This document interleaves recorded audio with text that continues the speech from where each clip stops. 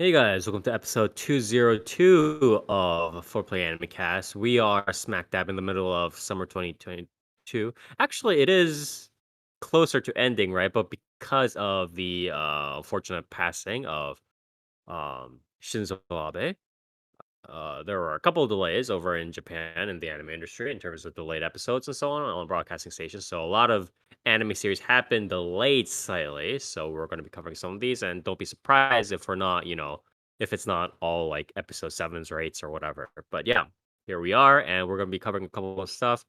So viewers might have noticed that we are a week delayed just because again Stuff Ooh, happened. uh, yeah, stuff happened. Toast had some real life stuff to take care of, so we did delay it a week because we didn't want Toast to join us and cover all of the stuff.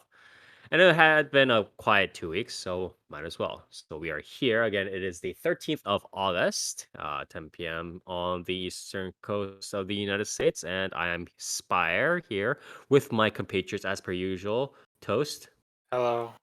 Fire, how's Dark. the monkeypox uh, over there? the monkeypox.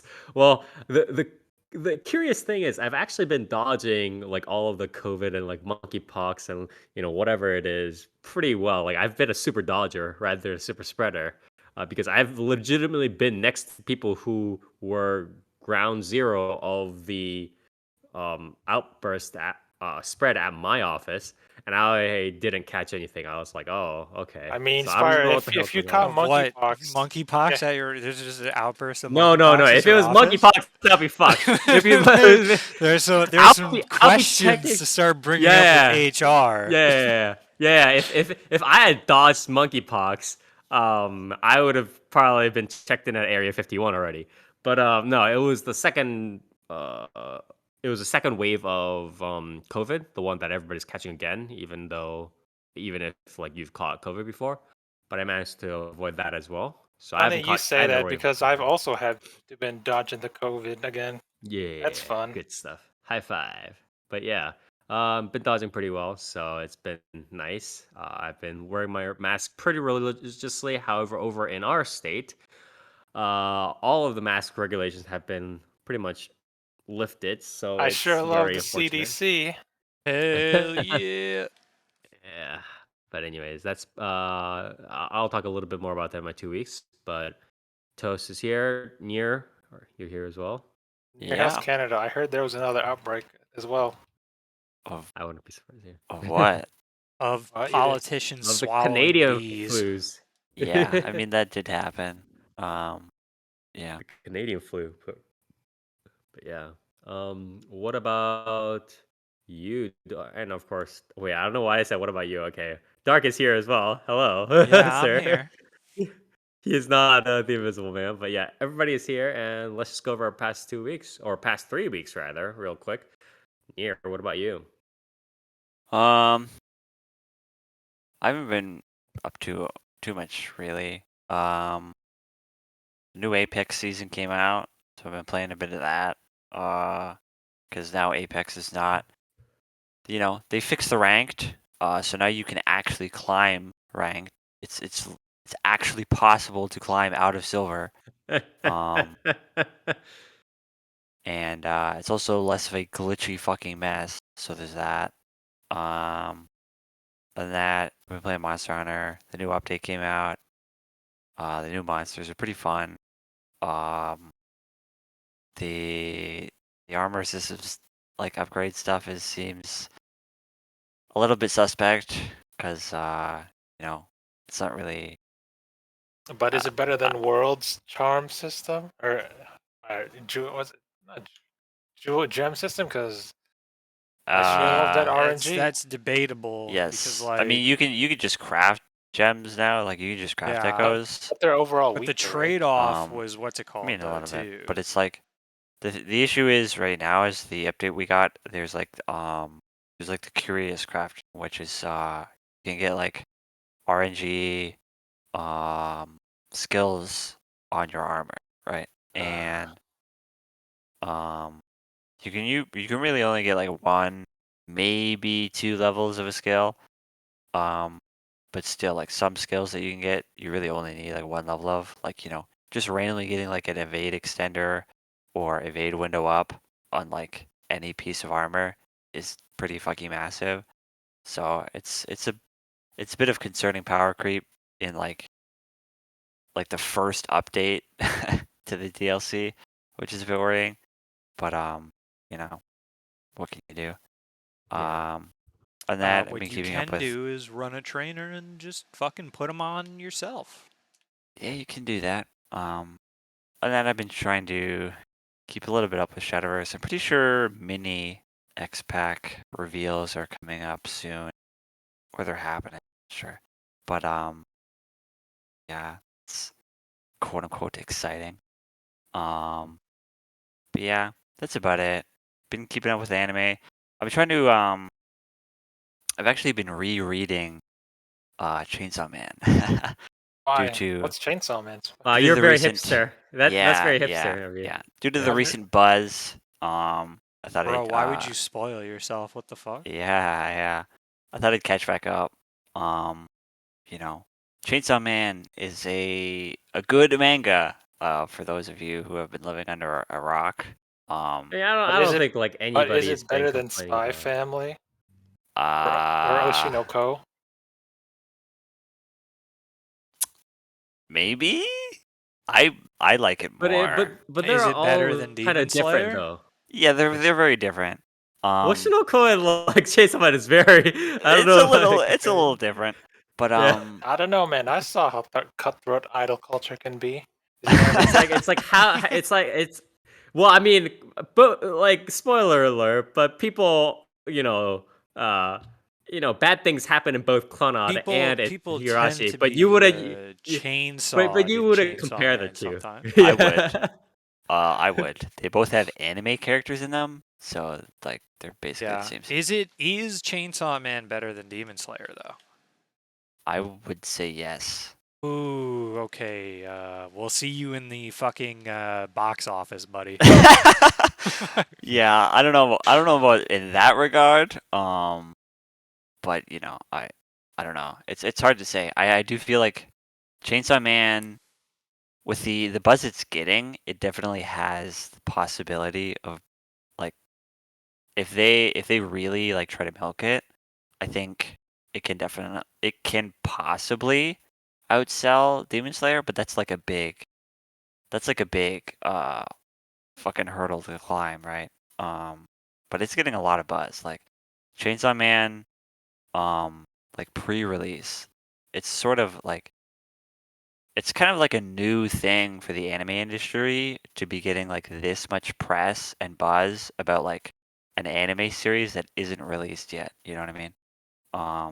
So it'll be Or even interesting to have see. a release date for Yeah, that like we matter, don't even have a which is solid kind release of date. insane. All we have right now is like, oh yeah, in September, the first episode will be screened in like a private event. Okay, cool. Yeah, and then more info to come. Like, Yeah, damn. but interesting. But yeah, that's basically my 2 weeks. All right, pretty good, pretty good. What about you, Toast? How have your past what 3 weeks been? other than dodging serious medical illnesses? Uh, Yes, I don't know. pretty quiet in terms of anime stuff. Oh, I don't know. I don't know what anime came out. The entire summer season, something in the summer season. I believe one of them you'll be sharing with us pretty soon. Sure. I've been checking. I mean, I guess. Oh, okay, let me pull up the list. Hold on. Let's see. Have you What major pre-ordered your Common Rider double CSM belt? the 1.5? Yeah, the I 1.5 with might. the Futo P edition. But is it just me, or do the memories seem a little bulkier, or are they the same size? Because they look They're smaller than I remember. pretty much. I mean, they're the same size. It's just they got the new. I mean, they're probably the same exact like mold and everything too. It's just the what's it called lines are new. The voice lines and shit are for the anime, not the Now, does original it only series. contain the anime lines, or like the originals too? I Because think it only contains the anime lines because the originals were were run in 2020 anyway. Like that was when the double CSM belt came out during I think the 10th anniversary. Like the pre-orders Yeah. went up, and then it came out in 2020. I mean, so. I'm interested, but I kind of prefer the live action voices right now. Just Yeah, saying. but we're never getting those back. So really, which would you rather invest in? A Lost Driver. Damn, dude, that's depressing. Hey man, I would never. You would never catch me. you don't want a Joker memory with a Lost Driver or a Skull memory? Be like, yeah, I'm a Joker lone memory and wolf. Lost Driver, it's just sad. You don't want to be the lone beater? Damn. But yeah, what were we talking about? Oh, what did I watched the episode 2 of Sakusei Byoto came out, and I was like, damn, I'm in for a wild ride today. It's all right. Have you seen it, Spire? What? Episode 2 of Sakusei Byoto. No. Do I need What to? is that? What? I thought you would know, What is Spire. this? Why would I? Wait, what the fuck is this? An ordinary boy Yamada is hospitalized with a fracture of both hands. He was also diagnosed with a certain quote-unquote chronic disease associated with pain in the testicles.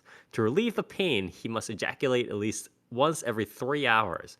A nurse Tachibana is tasked to relieve Yamada from his pain whenever he desires. Nice. Damn. Here goes Spire. Currently It's airing. It's kind of OVA. neat, to be honest. Multiverse Like, Doctor literally, Strange, you kind of don't- weird. I don't know.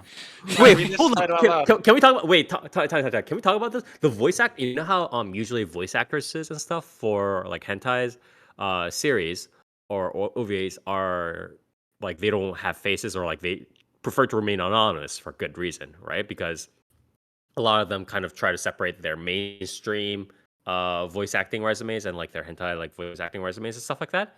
Both of these actresses are putting their names and their faces onto these roles, which Yeah, didn't you know that? Hell yeah. no, I didn't know that. I didn't even know this series existed. Yeah, as Spire fucking as his eyes dart around. Yeah, exactly. Sweat. Spire, you like Grisaya, don't you? What is okay? What does that mean? You don't recognize the name Tanaka Ryoko from Grisaya? No, I remember. And Little Busters? I recognize Tanaka Ryoko, but I don't know what her. I forget what her roles are because I'm really I recognize the name. For sure. Sakaki Yumiko from Grisaya. Oh, she's Yumiko. Oh, okay. All right. Okay. She's all right. also I can. she's also Kurugaya from Little Busters. Oh, she's Kanne from Kohime Muso. Okay, this makes a lot Oh. of sense. These roles line up pretty well. Okay. Oh shit, I she was see this. Akina. She was Akina from Ishini H. Damn. Nice. I need to rewatch All that. right. Yeah, so okay, episode 2 got came you. out pretty good. Episode 3 is coming out soon too, so Okay. damn. So, Nier is pogging. Dude, Check it it should out. released one episode every 3 hours. What the fuck? Yeah, exactly. It's let me it's just like white splatters all over the screen, like screensaver. No, that's their like intercut card. Yeah, exactly. let me just say episode 2 isn't as good as episode 1 because what's that Is chick's there name? is there value in comparing Yes. between the episodes? Oh, sure, okay. Because Tachibana is better than Kurokawa right now. Just Okay. saying, you should check it out. You'll know who I'm talking about. Yeah. All right. I guess you had a pretty good time with watching. What is this There was called? also Sakusei Byoto, right? Spire, read out the entire name because I can't. What is it? What do you mean? Oh, I you mean like the different OVA names that you posted? I Sakusei linked the Byoto. yeah. Read it out loud. Alright. 作成病棟は性格最悪のナースしかいない病院で射精管理生活 Semen extraction ward, life in a hospital where a nurse with a cruel personality manages your orgasms. What the fuck? What did I just read? Because usually when I like read them out, like I don't. There's My like a different layers to the autobiography, phrase. buddy. Yeah, exactly. There's like different layers to the brain. So especially if you've done stuff like forensics or debate or like rhetoric stuff, you separate the part like where you're reading at a certain pace and where you're trying to understand what you're reading. And I'm like reading this, and like a second later, my like understanding part of the brain has caught up. It's like, what the fuck did I just read? But yeah. Anyways, There was thank you also for your what yes. is it? I don't know. There was also the fourth episode of what is it? Konbini Shoujo Z. I don't know. It's kind of they suck. Okay.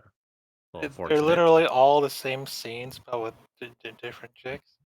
But Ah, okay, okay. it's like reused elements, and I'm like, oh, it wasn't worth it, I guess. Okay. All right. Well, then, thank you very much, Toast, for your 3 weeks. 3 weeks. What about you, Oh, Dark? do you want me to go about the games? Because there are some spicy games No, too. I don't want you to go over the games. Let It's me move fire. on to It's Dark. fire. Don't you want to know about Revenge of the Orcs? Flag of Conquest? No, You I can think I've just heard enough with Sakusei probably just Byoto. like, popular, like top selling on Steam right now anyway. Anyways, Dark. 3 weeks, please. Um, fucking playing a lot of Genshin, catching up on the summer event, Well, Dark, let me ask, Summer. what's the deal with Elon? Why is she so popular? Because she's fucking She's hot. hot. She's fucking hot, Yeah, dude. She's the hottest character they've released in this game, second to Venti. that's True. fair. But yeah, That's I mean, fair. she's just like she's one of the best looking characters they've added. She's probably one of the most fun. Her like skill is that you just hold down right trigger, and then you go into like this special sprint form where you don't have any collision to enemies, and you can run through enemies to mark them. And then when you reactivate it and come out of that mode, it like causes like explosions because you're like running threads through them because her whole thing is like a spider theme. And then her ultimate is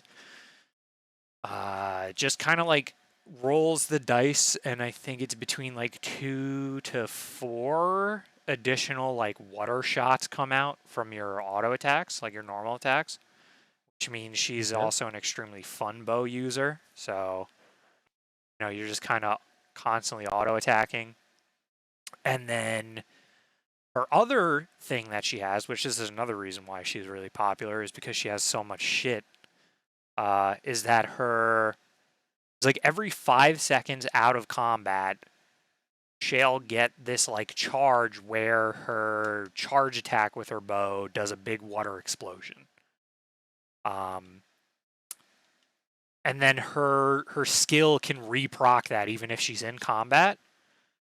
And then the other reason why she made so much money, even from me, is because her first constellation gives you 2 charges of her skill, of her like first skill at a time. So you're just like constantly procking her like water splash AoE shit, and then constantly building up ultimate. And then she's just hot. And her like character archetype shtick is like, what is it? Like masochist and rich girl, or like fashionable girl at the same time. So, Okay. you know, pretty crazy stuff. But yeah, Okay. that's why Yelan's so popular in Genshin. But other than Genshin and that stuff, kind of just been like, what have I been doing? Been doing some shit in, what was it? Tekken. Yeah, been doing some more Tekken stuff for Tekken 7. Critiques, yes. Been dabbling with Kunimitsu 2. She's fun, you know. Though I'm kind of like, I haven't really looked up players for her yet, so I don't really know her like full bread and butter. But Mhm. she seems to have some shit going on between her. What was it? Her down forward 3-2 that Nier's showing me with where it's like the mid-low. So that seemed kind of crazy. Some of her like moves that have super armor seem pretty nuts. And yeah, she's just fun. I also realized that because I was talking to Nier and I was like, did Kunimitsu always have like these auto attacks? And he was kind of like, yeah. And I was like, well, I've definitely never played her, and I always thought I did and didn't like her. As it turns out, I just never fucking ever have touched Kunimitsu. So that's been a learning experience. And then yeah, it's just been a lot of getting used to Tekken movement again, especially on stick. Yeah, it does. It's definitely not like riding a bike. It does take some getting used to. I mean, it's also like I think it's also like I was looking at it too. I was looking at like hit boxes and snack boxes, and I was just like, I don't think that would even help for fucking Tekken. I feel like stick would still be better for me for Tekken. But I think at some point in time I may buy a fucking hitbox for like other games. Because I was also fucking around in Blaze Blue the other day. Yeah, my thumb really starts to fucking hurt after a little bit.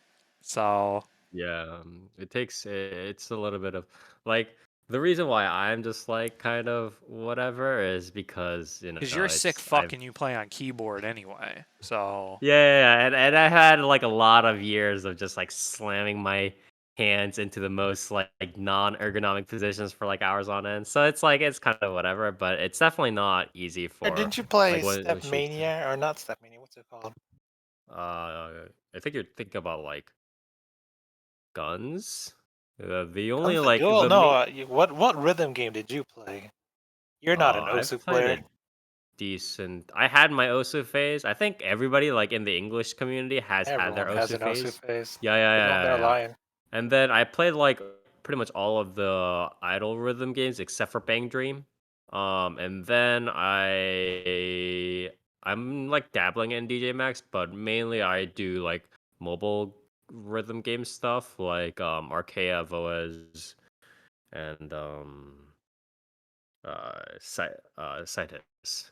So but yeah, that's enough about me. But yeah, glad to hear at least you're getting used to it. Jumping into it is the big thing. Just keeping at it. And again, it's not like it's definitely not like riding a bike, but you'll get used to it. yeah, I mean my big thing right now, like I'm starting to get the motions down again, just because Tekken's got that weird like I don't know. I feel like Tekken has a really like super tight input, just super tight inputs for like quarter circles and shit. So I'm I'm pretty consistently used to that now.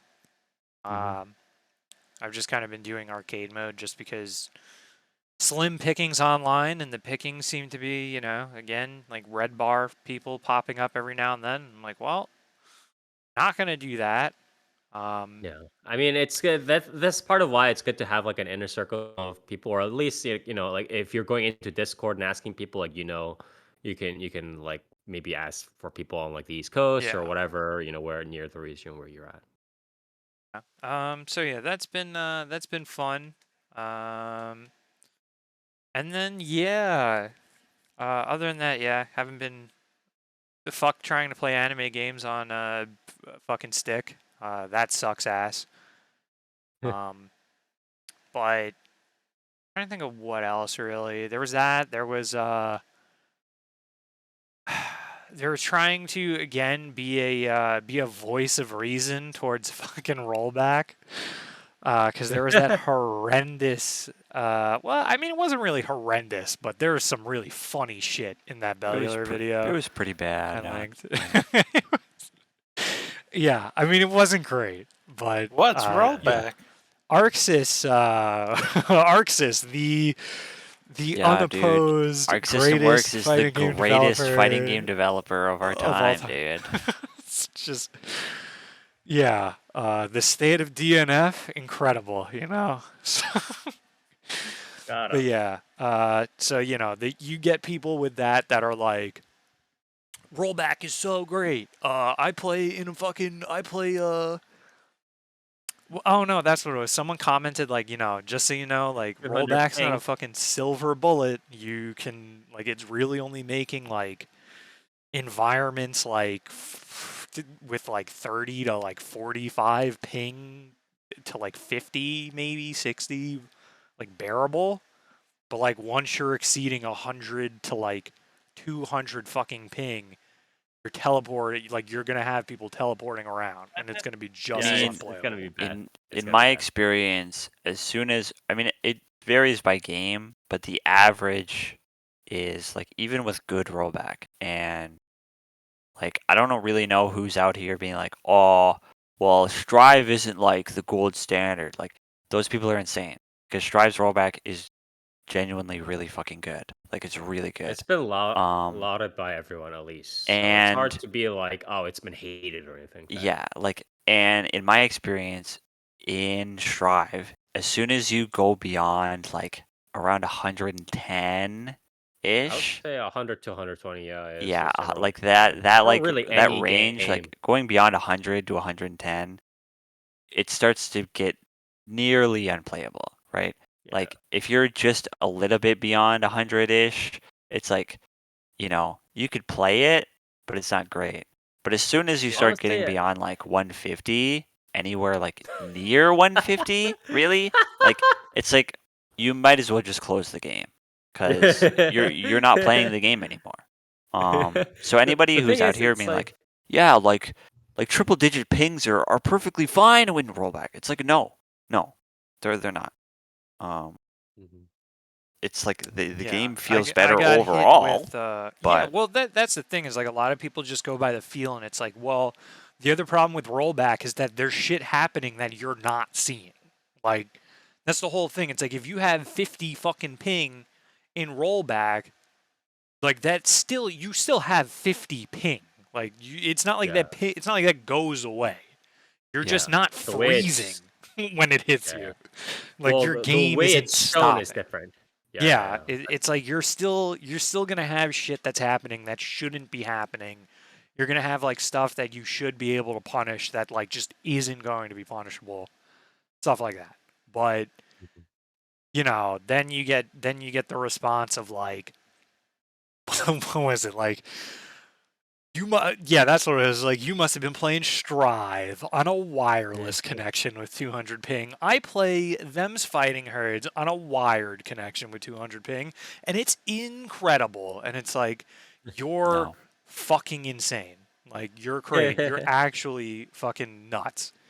No. Some people Someone who says enjoy that is insanity. like fucking someone who's used to like someone who like lives in Brazil and is like used to playing Exerd like Potemkin in like 16 frames of fucking delay. Like You Yeah. mean the hyperbolic chamber is what we call yeah, it, sir. yeah. Yeah, The 'cause it's hyperbolic like, chamber, sir, is what and we then call like, it.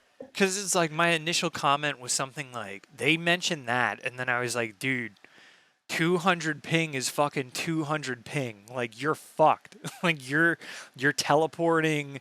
You're like, shit's happening that like shouldn't be fucking happening in any normal environment. And then that was when I got hit with that response. And I got hit, and I got hit with this specifically, like, I am specifically playing Strive with wireless 200 ping. Not the primo wired 200 ping. The like fucking like glacial waters of shit connections, apparently. It's like the upgraded continental buffet. You know what I mean? You Yeah, get it's the like, what better, the you get the fuck? best rubbery scrambled eggs in your district. Yeah, but I was just like, damn, man. Like, very rarely do you meet someone so confidently incorrect. I was just like, yeah, dude, like the 200 wireless ping, like big difference here. It's like, bro, it's still 200 ping. Like, if your wireless ping is different with 200 ping, that means that it's fluctuating even worse. Yeah. And then, the fact that you're dealing with packet loss. shit like that.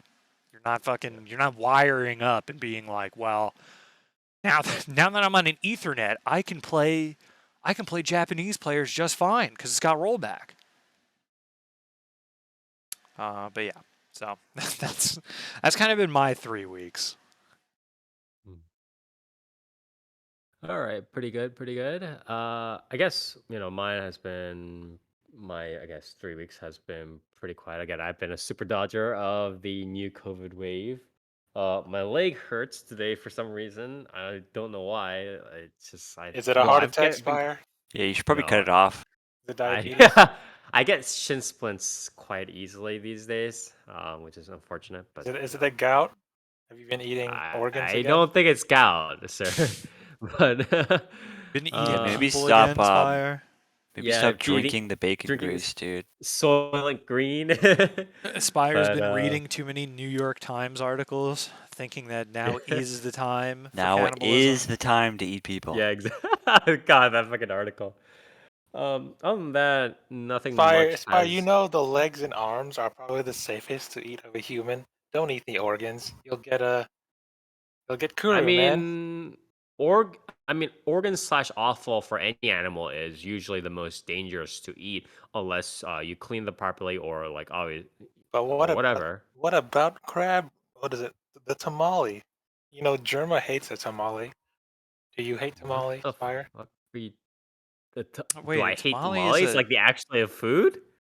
Or are you talking about like What? crab innards? What are you talking about here? Because you Yes, said crab and then something. That's what the tamale is called. Yes, Wait, tamale or Tamale. tamale? Oh, tamale because and a tamale is a. That's not crab. That's like corn, isn't it? Wrapped in Yeah, a corn husk. that's why I'm Yeah. confused. Is Oh, he referring to the tamale? tamale of crabs and Oh. lobsters. That's what I've been saying. People Yeah. eat that? Male. Oh no, you shouldn't do that, dude. That stuff looks like Why? poo poo. Tastes good.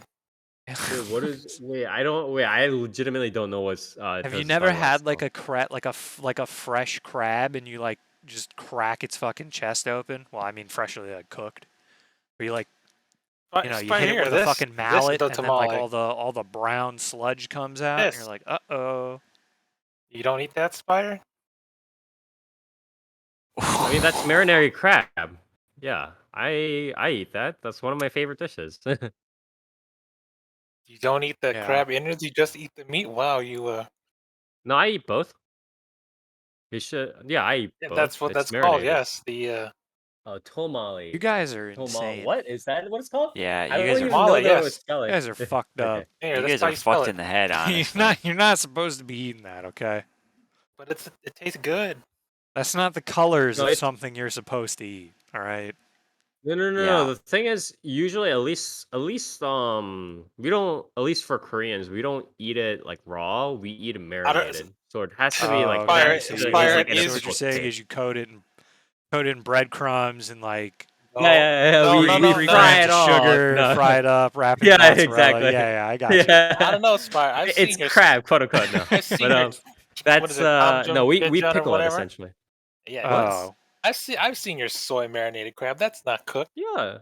That's I not. I mean, cooked. I mean, it's if it's pickled. marinated like It's that, kept for yeah, a few it days. kind of kills it. It's But not at the same really time, like. though, I still wouldn't really call that something you should be eating. But No, I to mean, each if their it's own, I pickled, guess. it's fine. The thing is, like there's a difference between that and just being like, all right, fucking, I'm gonna do whatever. Don't It's eat it. like Don't rip eat your it liver raw. out. Yeah. Yeah, that's not. But If yeah. it's like if you like steam a crab and eat that, then sure. But don't eat it raw. You'll get sick. Mhm. Anyways, so I haven't been up to too much again, real life stuff, running around.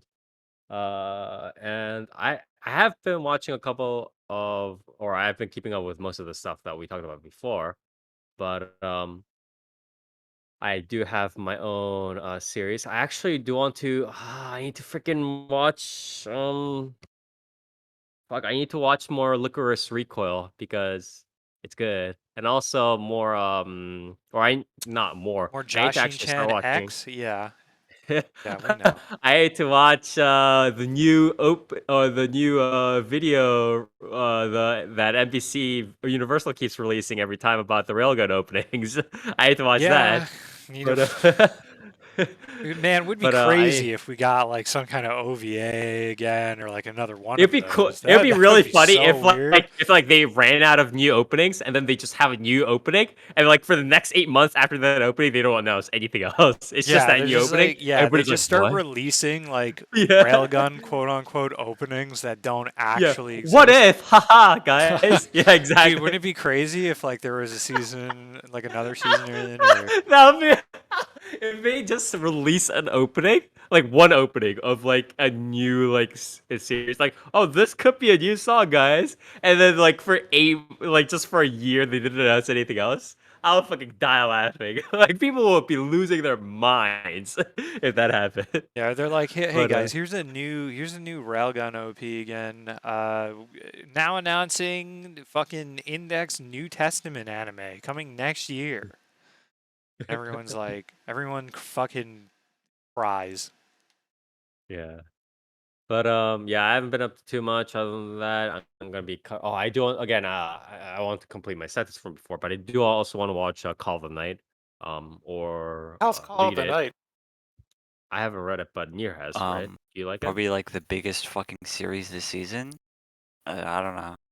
Oh, that Is it the biggest series? I guess. Yofukashi no Yeah. Uta. Non-sequels? Do they Yeah. release Yeah, clips it's like on YouTube that get like 600,000 What million views? Is Yeah, that that's it? yeah, Or that's like, true. Yeah, I I don't know. apologize. I don't know, Spire, because I've seen a lot of Futo Tante videos with quite a high number of views. I've never heard of this Yofukashi no Uta. I don't know, Joshi. Well, you're Joshi not channel's discussing been it with me. fucking You're discussing it rolling with Nier. I don't know. I was asking. I'm legitimately asking because is it? I guess Why I haven't don't you know. watched I would Futo say Tante so. Yeah. Spire?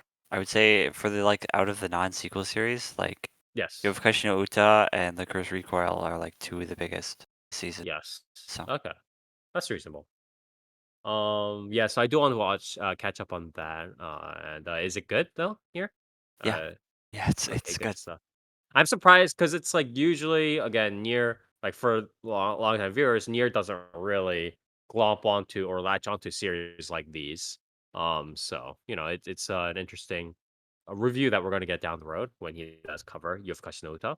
So, anyways, that was my 2 weeks, and I guess let's just move straight on with it. Who is up first? I believe it is Dark. And what do you have for us today, sir?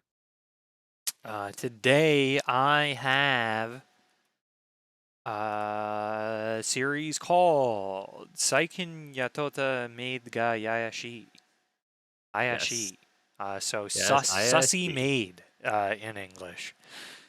I actually hope that is the title because that'll probably attract more people than the actual localized title. The maid I No, hired it's the recently is maid. Yeah, mysterious. the maid I hired recently is mysterious. It is a manga original, I believe, right? Yeah, but it's also Wait, mysterious? Ayashi that is name mysterious, is not strange. yeah. I don't know why. I don't Suspicious know or why whatever. they didn't just say suspicious. Just because it's like the premise of Bro, the show is Maid and actually mysterious, bro. It's alliteration. yeah, Guys. but that's not even the You know what point. else? The Spire, you know point what of the else had show isn't even alliteration? mysterious. Yeah, I It's know. supposed to be Yeah, I know. Mysterious suspicious. girlfriend. Yeah. But yeah, so this is a series. This is about the beautiful maid Lilith has recently been hired to care for the whims of her employer's son Yuri. I think that's a spoiler, actually. However, Yuri's overzealous skepticism of her every action keeps him on edge as he suspects devious mischief being plotted behind his back. Fucking Mal out here with the run-on sentences again, by the way. Very cool. Despite his paranoia, Lilith grows fond of Yuri and often teases him as a way to further their bonding. But there's also a really shit description. So So this is basically, actually huh? This is drawn by the Jahi Sama Yeah, the artist, right? Jahi-sama guy. Yeah, that's exactly why the maid Yes. is Jahi-sama. Yeah, But exactly. Grown up Jahi Sama. it's just grown-up Jahi-sama, but with like a different haircut and not the pointy ears. Yeah.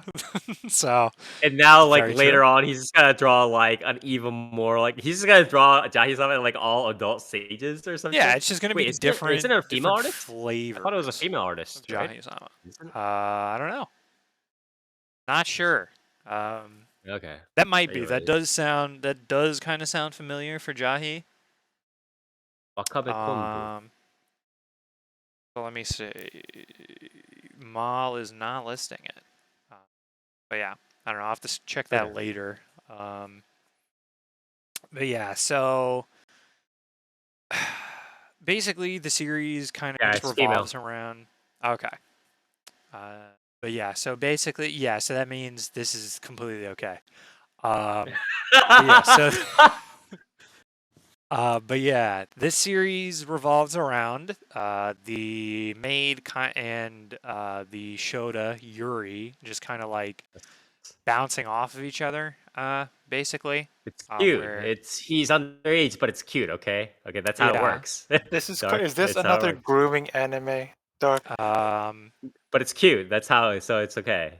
yeah, I That's mean, how it works. it's hot. So Also, this is know. full. This is a full length one, right? It's not 3 minutes. yeah, this is a full Yeah, this this is is a full full length. length series. So kind of like the basic premise is essentially that Lilith shows up.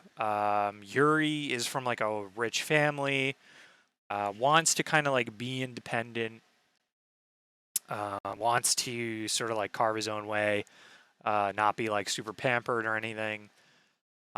So he's very much got that sort of what would you call it, like macho, like not stigma, but like he wants to be more like manly, more independent. Yeah. Especially because he's like very, like feminine looking. Childish and feminine. Yes. And like yeah, so it's kind of got like that sort of shtick going on in the beginning, but then he's fucking terrible at it. So I guess judging from the description here that they just like Lilith was hired by his parents to take care of him anyway. And so sort of like the gimmicks that keep popping up is that she'll be doing something that's like not really like suspicious, but like she'll be like, what would you say? Like she'll be like cooking in the middle of the night and Yuri will get up and like find her in the kitchen. Be like, "Oh Right. man, like what's she doing? That's sus. Wow." But then it turns out, then you find out that it turns out that she's can I just ask like something? practicing cooking and doesn't Yes. want him to see that. Yeah, exactly. It's like he's wants, overthinking it, right? yeah, it's like she wants to have this appearance of being like this perfect, like really good maid, but she wants to she needs to practice at it, and she doesn't want him to see her doing that. So that leads to a lot of like sort of like misunderstandings into kind of like the main gimmick of it, of her teasing him about it, but then him being so like blunt in response. And yeah, cute in he a way. overreacts in a blunt way and winds up usually like over complimenting her, and then that makes her flustered. Yes. So that's kind of like the interaction route. Yeah, and that is pretty much all of what is in the manga. So it's pretty straightforward. I believe the anime, since it is a full episode, it's split up into mini episodes. Is what I'm guessing. Yeah. Okay. I mean, it's like it's not like super divided, but it is split up into like sort of like arcs in a way where it's not like introducing it as like its own thing, as like some might do. Some might. Some animes like split up like this might do it, but yeah, it is very much. There's like, I want to say like 3 or 4 major things of like major splits in the episodes for these. Right. And again, I read through a little bit of the series at the beginning when, not at the beginning of the series, but when the anime was initially announced. I wasn't too caught up with the shtick, although I did obviously like the art a lot. I do also like Jagi-sama's art and so on. But the voice acting, what is this? Is this by Studio Blade and Silverlink mainly? Apparently, okay, with a Yeah. bunch of subcontractors down the line, Turtles all the way down. Silverlink obviously known for a lot of their slice of life stuff. They and a lot of other series. Yeah, I think The Silverlink series did do Jahi-sama, right? If I'm not mistaken. did they?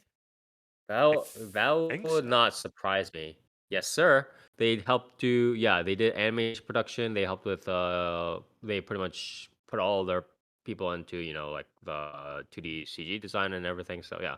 They had pretty much most of the bulk of the work in Japanese-sama. So I haven't seen I haven't gone through all of the people, but I'm guessing that Minato Mirai and the other people involved, this team is probably most of the goons from the Jahisama team, right? That were working on it. Like the art director and like the director of photography. I bet like most of these are like Yeah, Jahisama people, it probably. is. Yeah. So that's that, and then Blade is mainly they helped with a bunch of like production assistants stuff like that. They did Donten Niwaru Gaiden and stuff like that. Let's see this. Animation, production. Babies. Oh, no, that's not it. Yeah, other than that, they've done like a bunch of like smaller stuff. Iwa Kakeru, some OVAs, so on. So they're helping Silverlink with that. In terms of like the voice acting though, I also kind of saw the Takahashi Rie, and you saw how Hayami Saudi was doing the Shota voice or something like that, right? Yeah. Which has been very good, but also Yeah, I think Hayami very Saudi did the very strange in a way. yeah. Hayami Saudi definitely works with the Shota voice, and she does pretty impressively. Like she carries it all the way through. But like I don't know, I feel this is not about Hayami Saudi. This is about Takashi Rie doing the main maid girl, right? And I don't know whether you'd agree with me on this, but it's like this and like the Realist Kingdom, the not the Realist Kingdom, fuck, the Genius Prince. She played like the half elf role there, like Takashiri. She's been playing like a lot of like kind of roles within like a certain range, right? So she can play like vanilla girl roles. She can play a little bit above where she's a little bit more like kind of like enchanting. She's being a little bit more seductive, right? More sexier, I guess, characters. She can play like a little bit level down where she's playing like more like childish and like cute characters. She can play a little bit out where she's playing like more kudere characters, right? But like she works as this maid, right? Like her voice. But I feel like nowadays when I'm hearing Takashi Rie play these roles, she's good, like she's fine, but she doesn't have that like extra edge that's really needed for me to be like, fuck, this is a good casting. Do you get what I mean? Like Yeah, but I also feel like Megami was like the a fucking good character role, but it's itself like, is not kind of set up for that in a way. yeah, I mean You the know, character is like, one thing, cause but I also like feel if the like, character dude, was more of yeah, the the full full like on teasing, seductive. Yeah, yeah, yeah, then I okay, think yeah, I can that see what you you would mean. kind of be set up for that.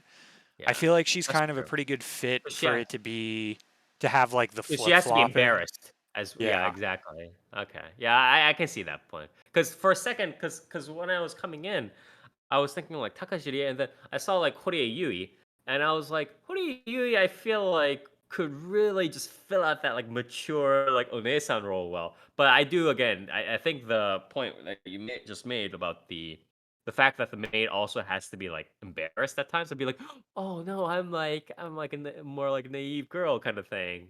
But she has to balance that as well. So I guess Takahashi Rie does work well for that. But yeah, that's just like something I kind of want to point out. Um, What did you think about the general sort of audio visuals of the series? The audio visuals are definitely solid, but there's also nothing that's really happened to that would like really need to bring things up. I think they're doing pretty well with the more like close-up shots of her. Though at the same time, again, there's nothing that's been super standout either. Okay, no, I mean that's But yeah, I mean, understandable like though. it I gets mean, the it's job done. they're not. It's Yeah, they're. This series is not really looking to like. I mean, it's gonna look good because it's like the original character design and yeah, obviously it's I would say studio it's more running like are it's good. more shiny than anything, but it's Yeah, it's not. glossy, glossy, Yeah, glossy. it's not it's It's not not like looking to out here. impress. Yeah, Yeah, it's not out here trying to do like some super impressive like Violet etchy Evergarden like kind of. scenes or something like that are Oh yeah, like yeah, yeah, yeah, yeah. I agree with that. yeah, Yeah, it's not trying to do anything like that. So it's not trying to but go it like full like Tolovru or whatever. Yeah, yeah. it's trying to kind of keep it down. I agree with that. Okay, pretty good, pretty good. Did you have anything else that you want to cover about this series? Any last words? Um yeah, I mean I guess it's weird, right? It's not I think it's definitely like a solid like series just to kind of like relax and watch. It's not really going to be it's not even really going to be out here being like something like even Takagi-san or something if Yeah, like it's a that little bit sort of different tone. stuff. Yeah, it's Yeah. like you're kind of just in this for the Back and pretty forth. yeah, like pretty simple back and forth, like pretty typical like formulaic almost back and Yes. forth and like you just keep getting that.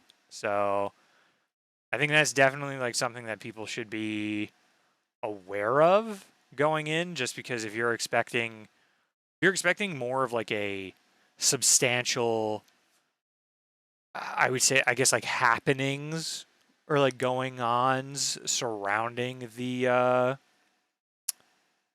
the characters and stuff like in something like Takagi-san where there's like, you know, there's events going on, there's like development happening surrounding sort of the like teasing stuff. Mhm. Yeah, like that basically just like that does not seem to be something that's going to happen here. It's just kind of going to run that same route over and Yeah, over yeah. again. It's just And gonna if you be. want I that, mean, then it's going to be fine.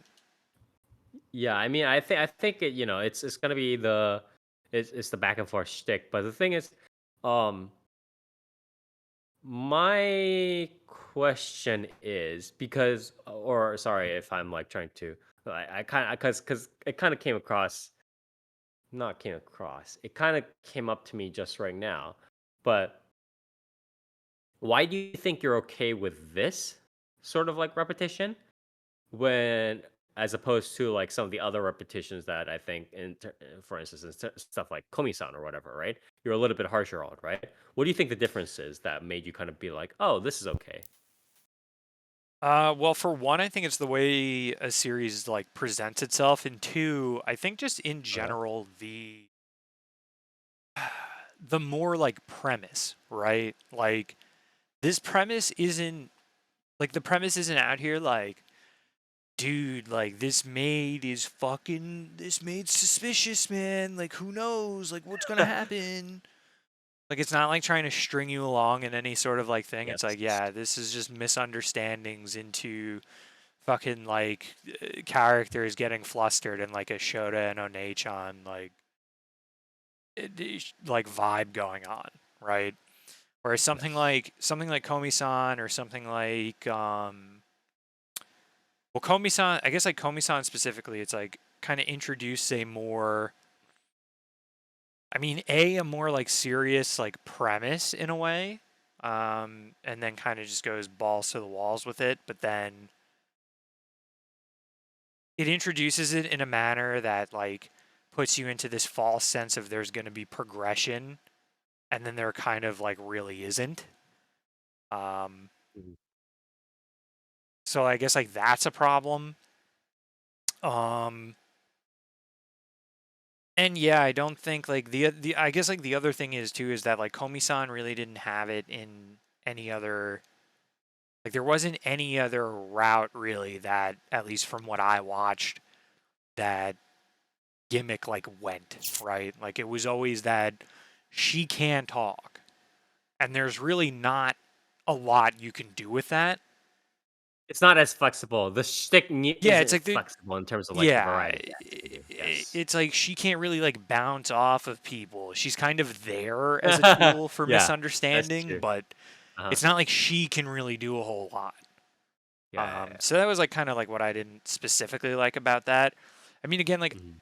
I'm not like crazy over this series either. Yeah. I Because think I think like this that also series, has like to be if you made ask me clear. like, do you think this series Yeah. is like good? I'd be like, not really.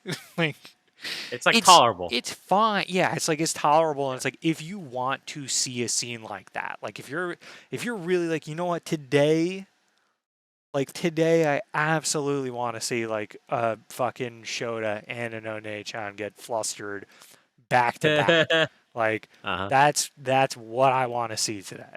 It's like, well, Yeah. then check this out because Yeah, it's gonna exactly. happen a couple times per episode. Um, Yeah. and like some people will want to see that specifically. Right. So I don't think that there's inherently something like super wrong with that in that case. And I think it's an easy enough watch. The problem, I don't know. I think on the flip side, the reason why I'm not crazy over Komi-san and like that same sort of idea, I guess, is just more so again like the scenario that they're introducing isn't really interesting in the way that like she bounces off of people or that the MC bounces off of people. That is the other thing too, is that I think the MC of Komi-san is extremely boring. So like, and like barely a character, right? It was the thing that we Mm. talked about when I was comparing Komi-san to Aharon-san, where like Raito is his own character in Aharon. Like he is Yeah, just that's as true. much of a fucking weirdo as she is. And so like Mhm. they're bouncing off of each other. Where in Komi-san, I feel like the MC was kind of like straight man and just kind of there as like a tool to shit on essentially, and to just Mhm. keep drumming up the bit of like, oh, Komi-san's so popular, we hate you because you're nothing. Like you're so boring. Right, exactly. That was a contrast Um, that they kind of like yeah, and it's the like, author at least kept making with the outside world. yeah, and I was just kind of like, yeah, that's like kind of whatever though. Like, you need to have Especially like since the something outside more here. world wasn't that developed. It was like with most of this series, it's mostly just like you have the core characters, then you have the cast, and then everybody else is irrelevant or they're just like bystanders, Yeah, which seems obvious. Like it seems like the how that it is in every story, and yes and no, kind of. But it's like the level of like definition, right? But it's like it's very obvious that like they're the bystander level of people, right? Like the faceless people, are literally just like people there for like the noise every time the contrast is made, right? yeah. So, But yeah, so this is yeah, more of like if you want a guilty pleasure type deal. right. I guess I would equate this to it's not as good as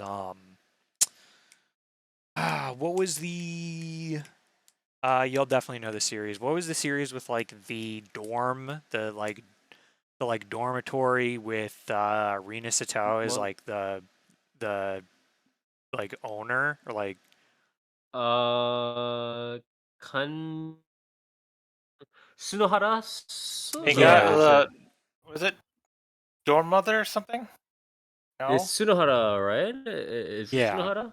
Yeah, okay. I think it's Yeah. Tsunohara, So right? Like is that yeah, the it's Tsunohara So no Kanrinin-san. Is that the one with like the blonde like caretaker and they're all yeah. like with like the Shota or whatever? Yeah. Yeah, there's Okay. like the Shota, and then there's Yes. the I indeed. forget what one of the other characters is, but then there's like the fucking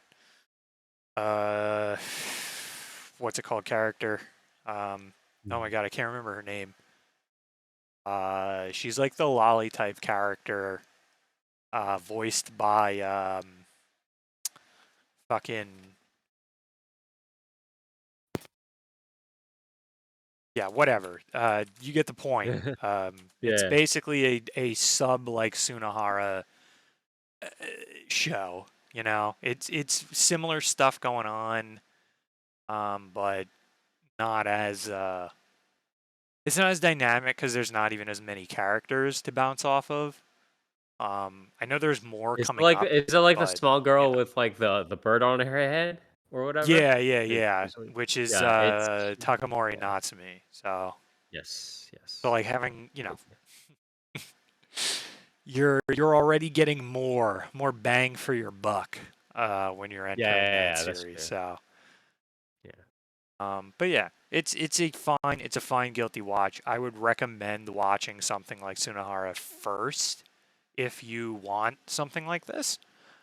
And then if you're just like fiending for more one day, as you do, and I would say, yeah, like this is worth peeping, but it's definitely not. I don't know. I would say it's a fair Mal 6.6, right? Okay. It is not a. That is a pretty decent score for it. But I wouldn't read that as a like Mal 6.6. I would read that as this series is a solid 6.6. You know. Does wait, what does Analyst have a ranking, number ranking? Do we need to rank by Analyst Fuck if stuff I now? know. Near, do you know if Analyst has a ranking? He may not be back. So. Okay. Well, anyways, I guess if that's it then for now, thank you, Near, or sorry, I keep saying Near, Dark, for helping to cover the maid I hired recently is mysterious, or also known as Saikin Yatotta Maid ga Ayashii. So wait, hold This on, is a Dark. manga original. Yes. Hold on, Dark. Do you Yes. like it better than Jahi? Who's the real Jahi in this situation? Oh, Jahi, dude. I like Jahi way more. You kidding me? Yeah, he has a better overall cast, I Jahi, think, I though, mean, also, as yeah, well. and like Jahi herself is the perfect woman. When you think about it. I'm not sure if We're not gonna the rest of the detail podcast support this why. You statement. can Yeah, use your imagination. I'm not sure if I am about that statement, but okay, sure. But I mean, what's Not there sure. not to like about Jahi Yeah. is the I real mean, I guess question, we're already right? talking about Shoutouts, right? So, Yeah.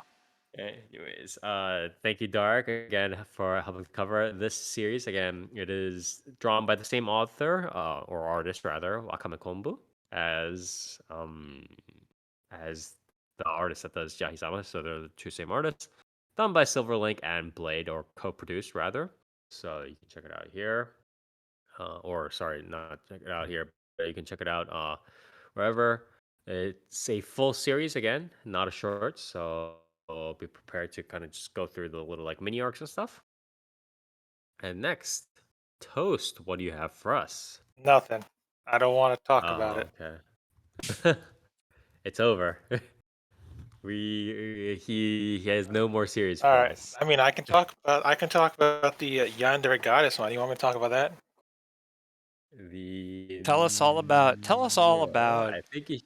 Dope Sick, the animated series.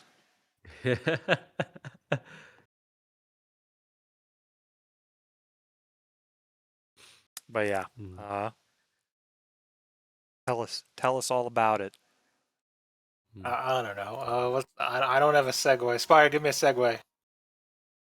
I have Oh, okay. no. So Spire, What's this you were mysterious talking truck? about a monkeypox, right? Tell us how monkeypox is Yes. spread. Isn't it spread by the standard vectors of infection? I want to Tell us. say. No, Tell it's us. only spread through gay sex. Everyone knows that, Spire. Okay. Is this spread through the air? Actually, I'm not sure about that. No. I don't. I mean, no, it's not like a full airborne. It can be Okay. spread through like droplets, but it's like someone has to sneeze in your fucking mouth. Like, So it's like zombie. aerosol, but with limited range. It's zombie rule, Spire. It's fluid transfer. That's why. Oh, okay. It's prevalent in the gay communities because the anal sphincter is quite a good mucosal membrane, as you can Oh tell my when you fucking god. when you butt Does chug a it? Does, beer, you get okay. drunk pretty fast. as you do.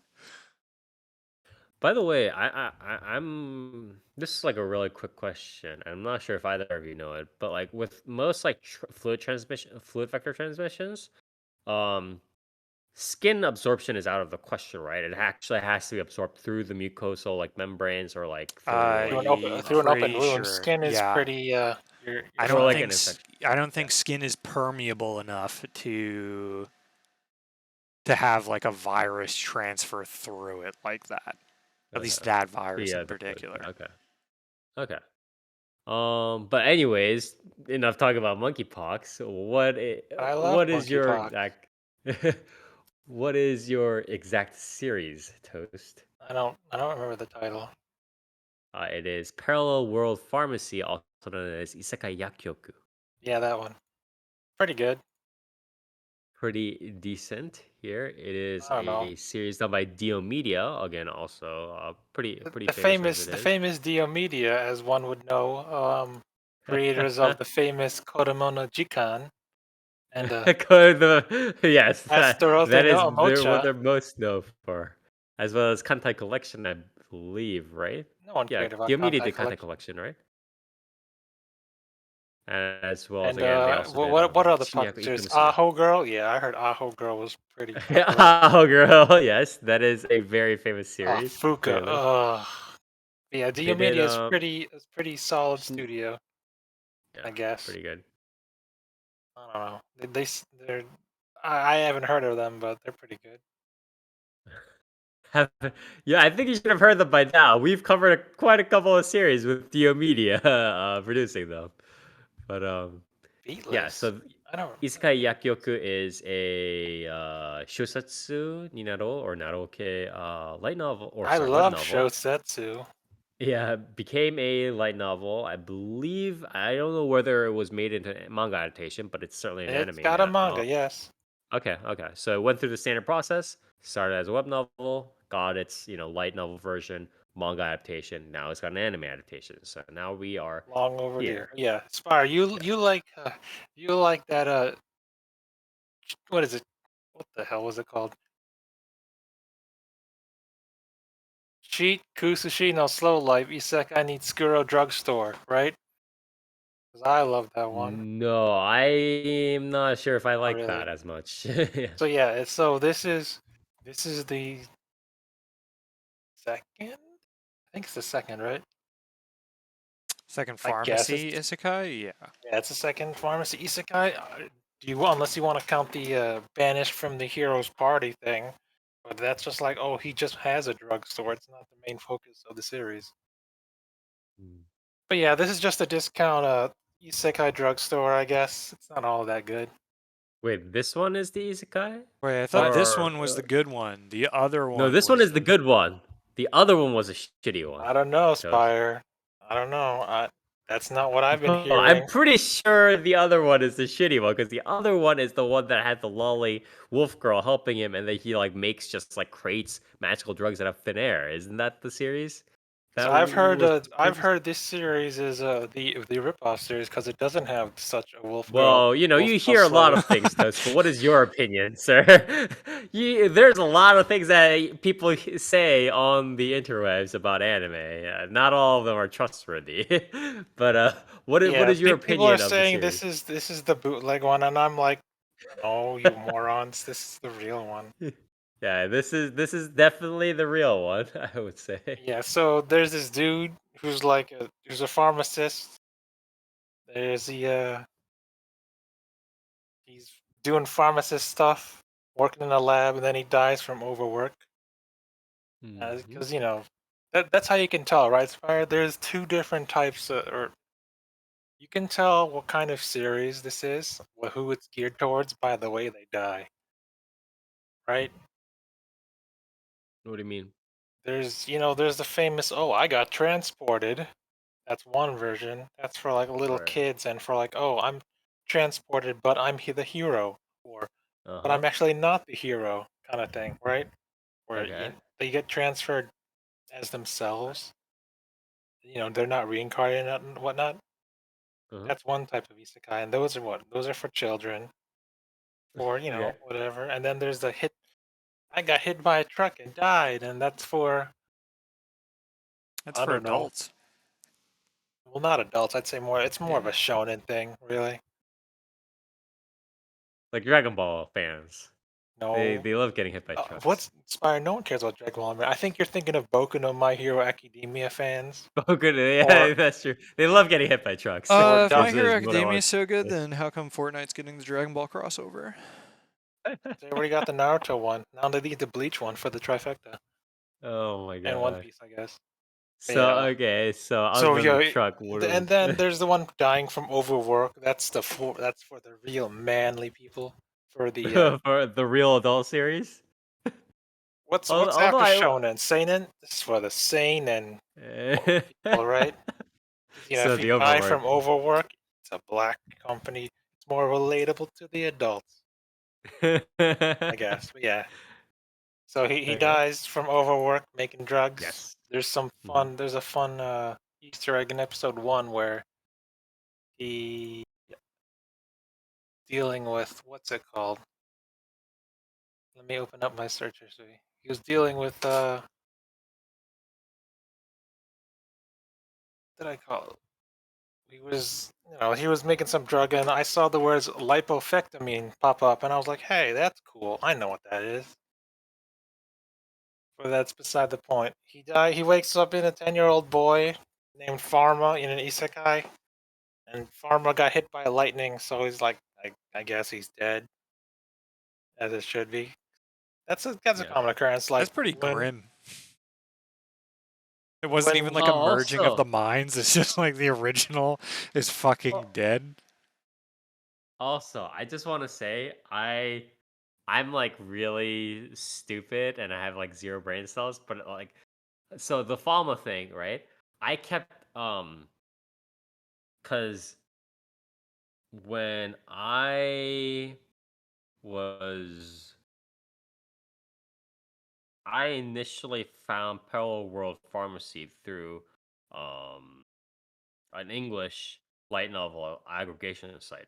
So I saw the last name in the English version, and it was like Falma as in like Falma, right? Which is, a reasonable localization of the title.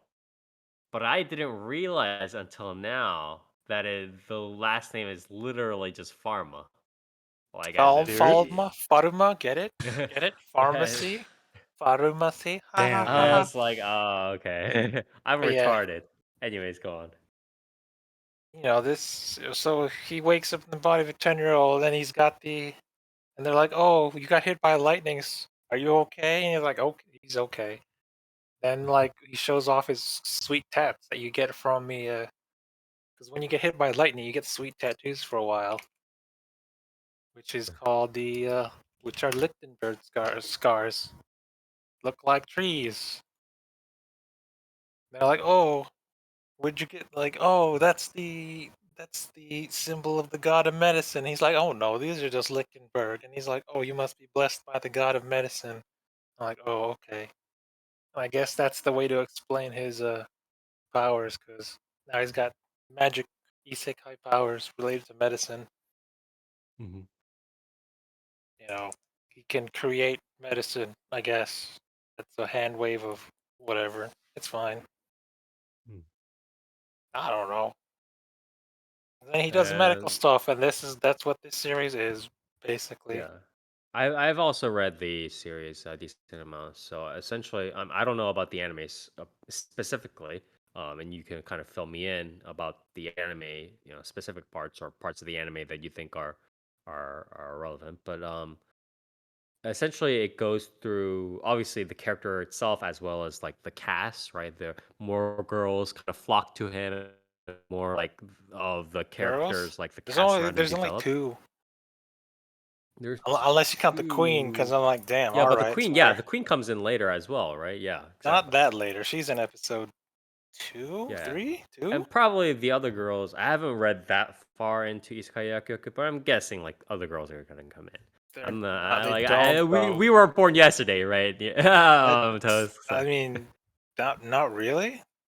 There's only Ellen, who's because okay, let me go back. So Pharma, Yes. he wakes up in a boy. He's a 10-year-old boy, and luckily enough, he's the son of an archduke who's also a pharmacist. But in this Yes. world, pharmacy is a bit in the backwards age. I'd say medieval times / Victorian, because the way their pharmaceutical needs works is they got potions. They work with potions and astrology. And I'm like, Yes. that's the good stuff. Pretty So there. archaic medical tech compared to modern medicine. So Yeah. I mean, there's but that. again, the Yeah, the but that's point also was not that medieval. That's fantasy. yeah. That's not. But fantasy plus magic, because magic exists in this world, obviously. Or Divine arts, medieval whatnot. plus like fantasy. Not really like. They're basically potion sellers. They don't sell real medicine because well they do have some real medicine, but it's not as good as modern medicine, which is what Pharma has. So he's got the Yeah, it's absolute advantage. essentially each arc goes over this thing like while they do character development and they add in more people in the cast and stuff like that.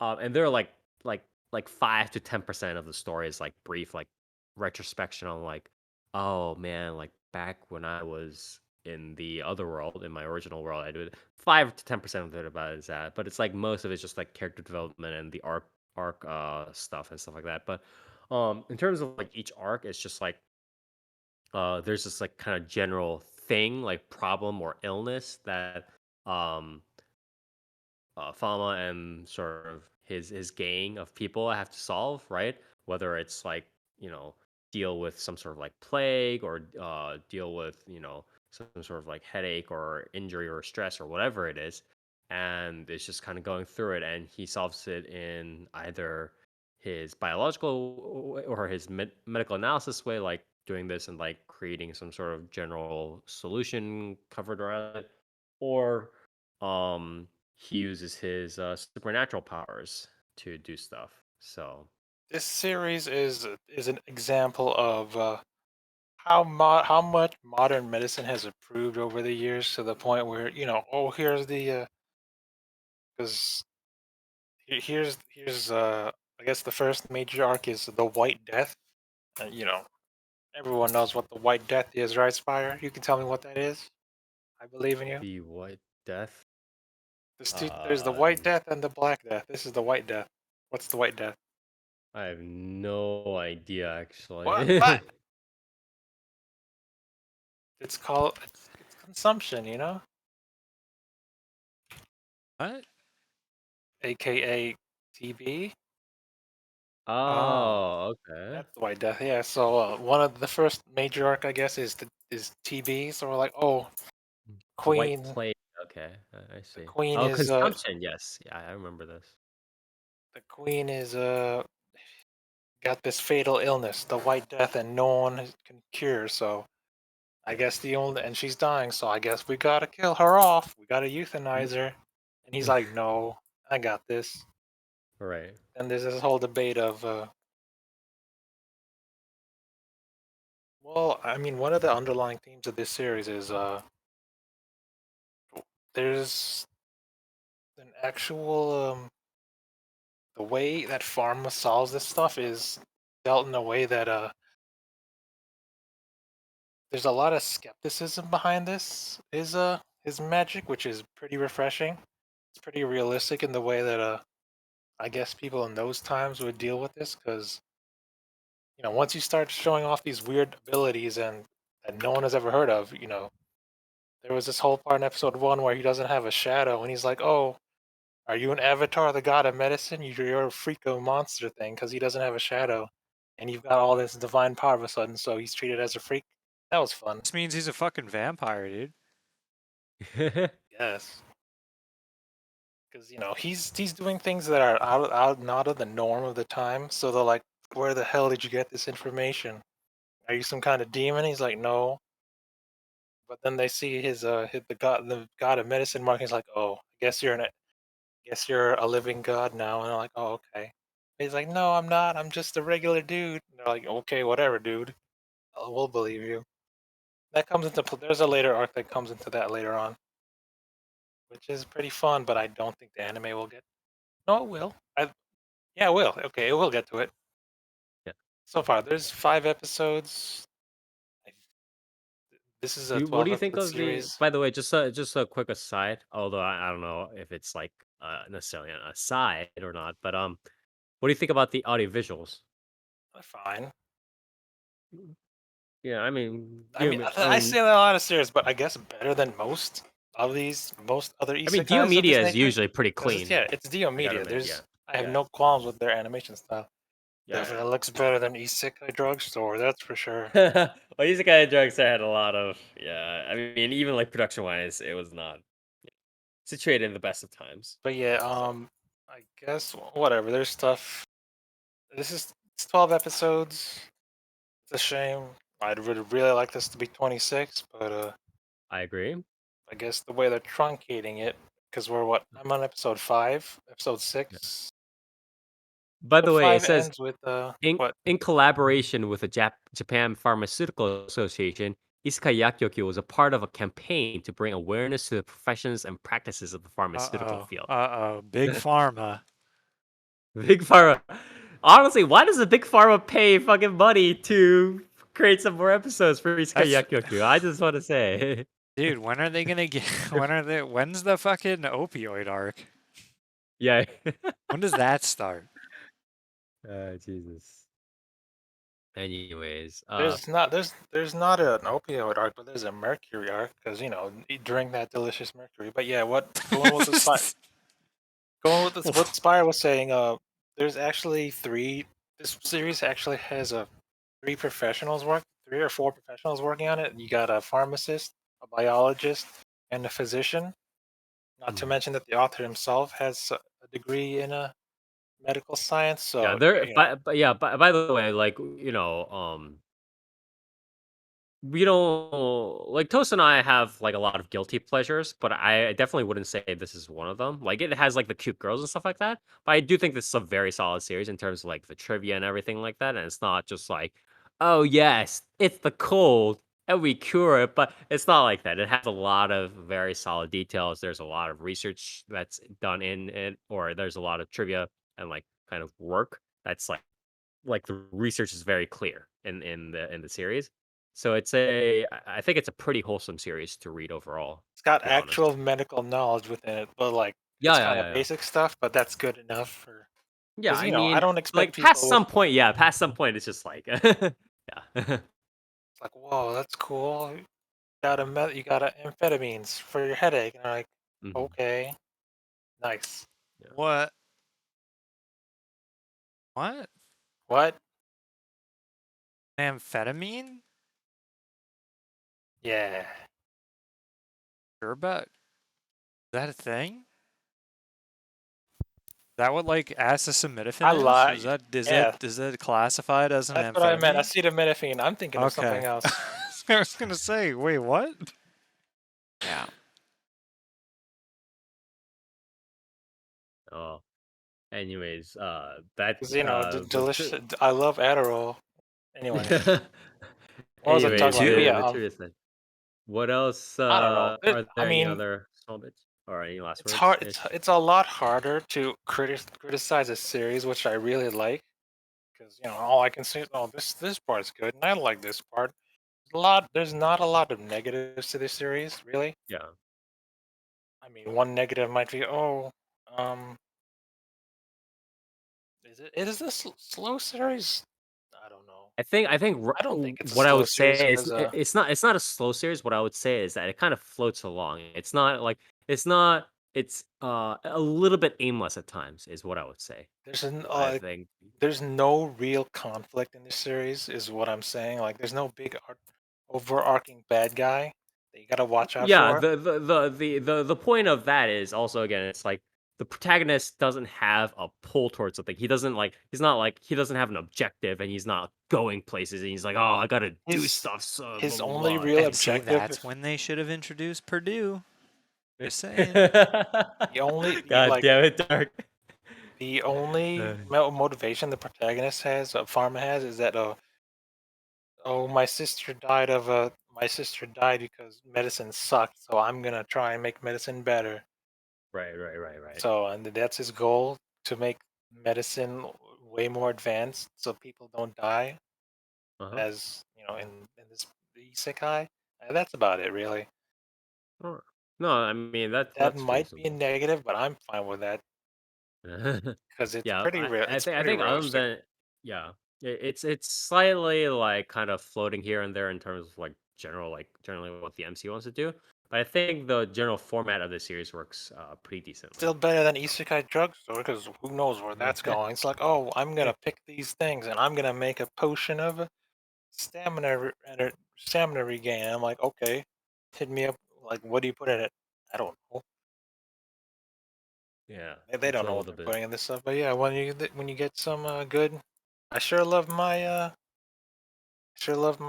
hydrogen atoms in there, because he's like, oh, water, 2 parts hydrogen, 1 part oxygen. I'm like, yeah. Chemistry, I So got too you. You got true. me. I Simple love as. molecules. Damn, this guy really knows his I stuff. love chemistry.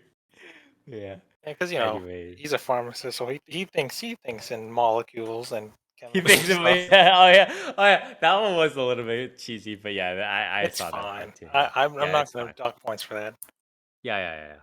I agree. I'd say I'd compare. This is a good. It's a comparison. It's an equivalent to Trauma Center, I guess. Because I'm a nerd. What I Mal like score would you Trauma get it? Center. I don't know. A good one. What is the Mal score for this?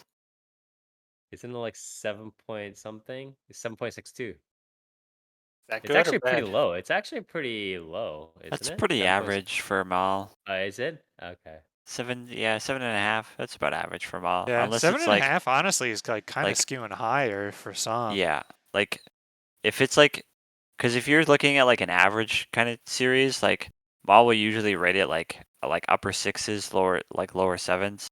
Mhm. And then if you're dealing with something like fucking Licorice Recoil, it'd be like, yeah, it's an 8. Okay. So Mal's weird like that. But yeah, this series, it's great all around. It's hard to talk about a series that's great all around, because you're trying to point out the negatives, and it's like, does it really have any? Maybe the one negative I'll point out is it's only 12 episodes. Should make it 26. You know what I'm saying? Maybe I'll put the season 2 already, and it might be too smart for some people. The chemistry sometimes will get to your head. Yeah. But it's like, why would you watch an anime about drugstore if you wouldn't want good beats about drug stuff? What are you? You don't like drugs? What's wrong with you? I like drugs.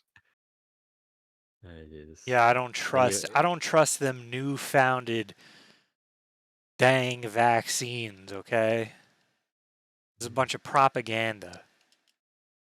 I mean, that's another arc. It's more like, oh, why?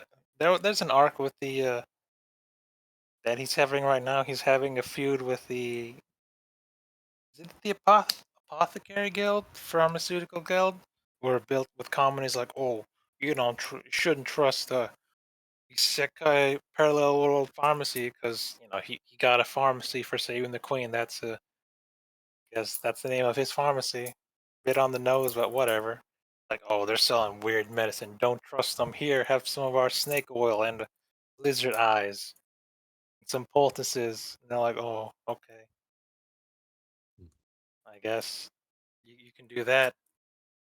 Where am I going with this? I don't know. I just really like this series. Okay, it's what I wanted from Isekai Drugstore with actual medical knowledge in it, and there's actual real medical facts and vibe into this series, and it's like good. Did you did your research? It's not all hand waved. Yeah, I do. I I don't know. do like. I just like this series. Yeah, I do like the series as well. So again, thank you, Spire, if you Toast. liked it, then how come you didn't know about NSAIDs?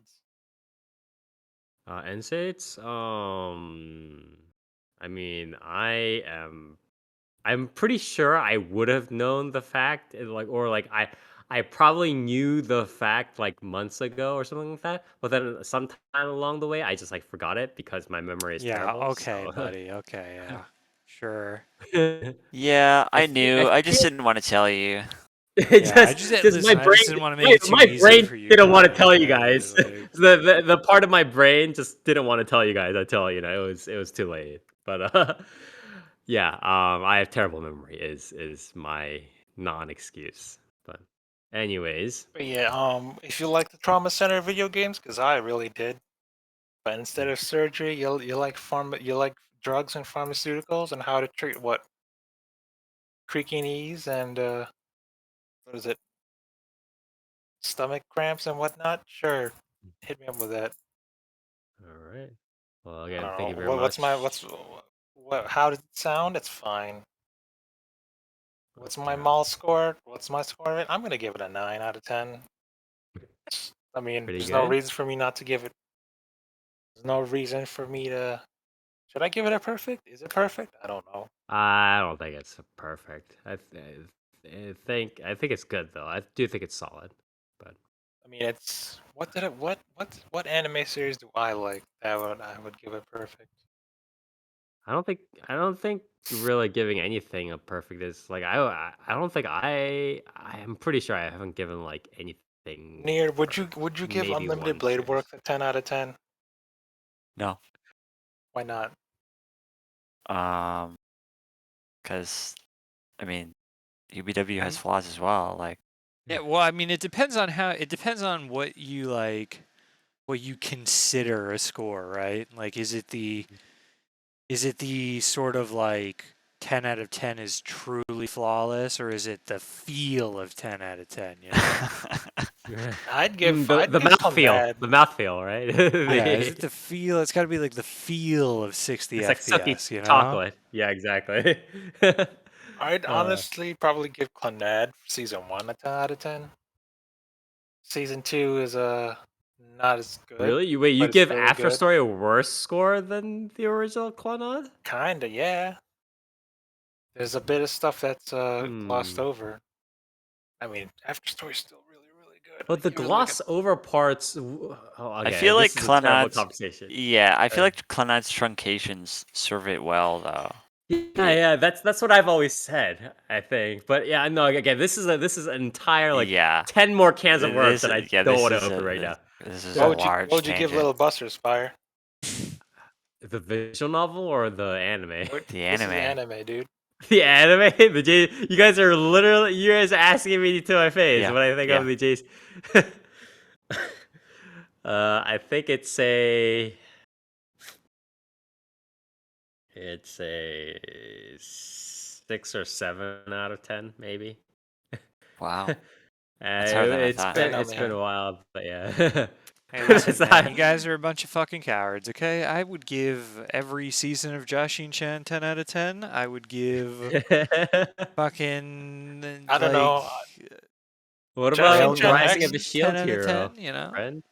I don't know. Dark Joshin X has Miku in it in every episode, right? That's kind of this Yeah, best season. they have her one time in every ep. In every episode? Yeah, Yeah, absolutely. She has to show up in every episode. that's because Honestly, pretty they are good. probably contractually obligated. Probably. they were supposed to have a concert with Miku, but went under. So we're like, all right, put her in every episode. Mhm. Yeah, I I was think like, Miku also has something to do with like Hokkaido, doesn't she? Yeah, because I think so. that's Yeah. that's the same reason why she was in the train anime as Hatsune Miku. Yeah, so like that's another thing with Jashin Chan. Not to get too into Jashin Chan lore, but they definitely get like checks from the fucking like Hokkaido government because Yeah. I think yeah, there's Miku's like always one episode. a standard like tourism tool. Like Sega's hoarder out for that. But will Hatsune Miku be in Isekai Ojisan? Because Sega's got their fingers in that anime. Possible. But yeah, anyway, you know what? I'll be fair. I'll rate it the same score, whatever that was, to Knights and Magic. It's that good. Serious. Okay. So yeah, don't be a loser and watch freaking Isekai Drugstore. Actually check this out and get some medical knowledge into your brains. Learn about damn it, I missed the joke. Damn it. This is your fault, Spire. What? I should have said the White Death was COVID. God damn it. I missed out. Apologize. Yeah. Whatever. Ultimately, though, would you rather go to an isekai drugstore or would you rather go to an isekai pharmacy? You know, Damn, that's good. whose life do you want to have to put your no? Whose hands do you want to put your life in? You know. What's the thing in And you, the healing touch, right? Yeah. I sure love drawing pentagrams on people to slow down time. all right. I do want to wrap this up. Yeah, So thank you. this is probably going to be my anime of the year. Just saying. So Oh, okay. I'm I mean, giving it it's that a high solid game. hopes. Yeah. I forgot what else came out because I forget every season, but this is definitely my top pick of the season. All right. Definitely a contender for anime of the year. So yeah, watch it. Must watch it. I don't Okay. recommend many isekai to watch, but definitely watch this one. Yeah. If again, usually if both, Toast and I are both fervently recommending a series or isekai series, it's usually pretty good. It's a higher chance of success. But anyways, again, thank you, Toast, for helping to cover Parallel World Pharmacy, also known as Isekai Yakkyoku. Yakkyoku. It is a Shosetsu ni naroke web novel that got turned into, again, a light novel manga, as well as now current manga adaptation by Dio Media, a solid studio all around. And so, if you do like this sort of like pharmaceutical details, stuff like that, as well as a relatively decent plot backbone, please do check it out. And I guess I'm up next. I want to say maybe this is one of the also bigger hitters of the season year. Would you agree? I've seen it around. It's one of the bigger ones for sure. Yeah.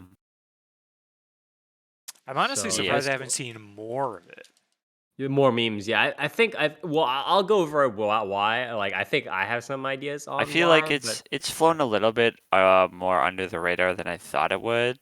mhm. I But think there are some reasons for it though, for yeah. sure. Like so again, I'll get to it in a little bit, but it is the stuff. It is a series that has been memed around a little bit. It's called Isekai Ojisan or Isekai Uncle or Spire, Ojisan in another it's world or not a Uncle in meme. another This is a world. it's a perfectly serious series. How dare you? Yeah, that's true. It is a manga original, by the way, despite it, it all being like, oh, isekai, blah blah blah blah. Blah. It is a manga original, and it is being animated by, I believe, Atelier Pondar, who Who? hasn't done a lot of series. Is actually, yeah, I, they've worked on a very small like Gambare Doki-chan or Doki-chan. Oh, this one, yeah, Yeah, it was yes. the Oh, Tights fuck. OVA. This Yeah. one that's a good starting project. I'm not gonna lie. Was the OVA good? I don't remember actually. I I mean feel like I watched it it. looked good. Did it look Um good? Yeah, okay. you can Because watch all. this series was good. The audio, the visuals for this was pretty decent, but I don't remember Gambare Doki-chan. So, um, Gamari Doki-chan, which was it was a sort of a cult hit that became like a mainstream kind of thing. It was pretty famous for a while. I mean, it still is famous, but like there was like a point on social media where it hit like a hysteria peak. Like it was Yeah. ridiculous. So that was a good starting project for them, and this is their second sort of main or first full anime series production for Uncle from Another World. So um, they're probably According to bringing this most of. guy on my anime list, he's rating this series a 2. Series sucks. A lot of people, you know, on my There anime goes list my. say things. Yeah, no, I scrolled down. I am seeing Oh, this. I you have the saw it? tabs open. Yes, I have the tabs open. Don't worry.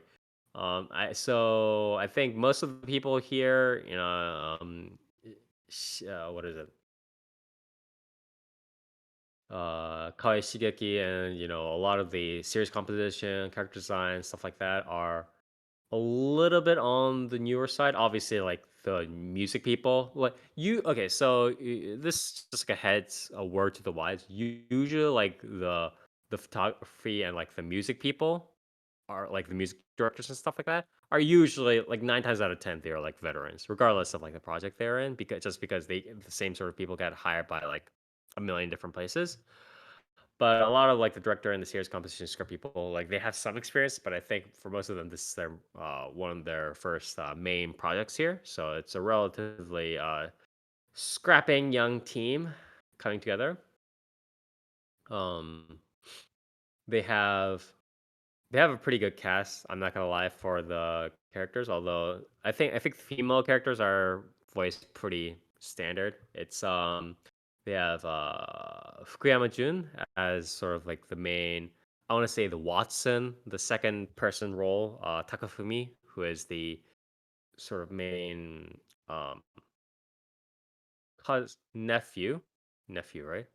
Yeah, nephew of the uncle of the titular uncle from another world. Who is How can he sort be from another world if he's from Japan in a coma? Huh? of sure. He went to another world and then he came back, so he's calling himself from How did another he world. go to another world if he's been in a coma for 17 years in a hospital? Huh? Explain that. That's true. Series. And So this is then a type of this is not really an isekai, even though it's an isekai, because only his soul went to the yes, other world, right? Damn, I can't believe this is a lying show. what some people call it is like it's kind of lampshading the isekai genre.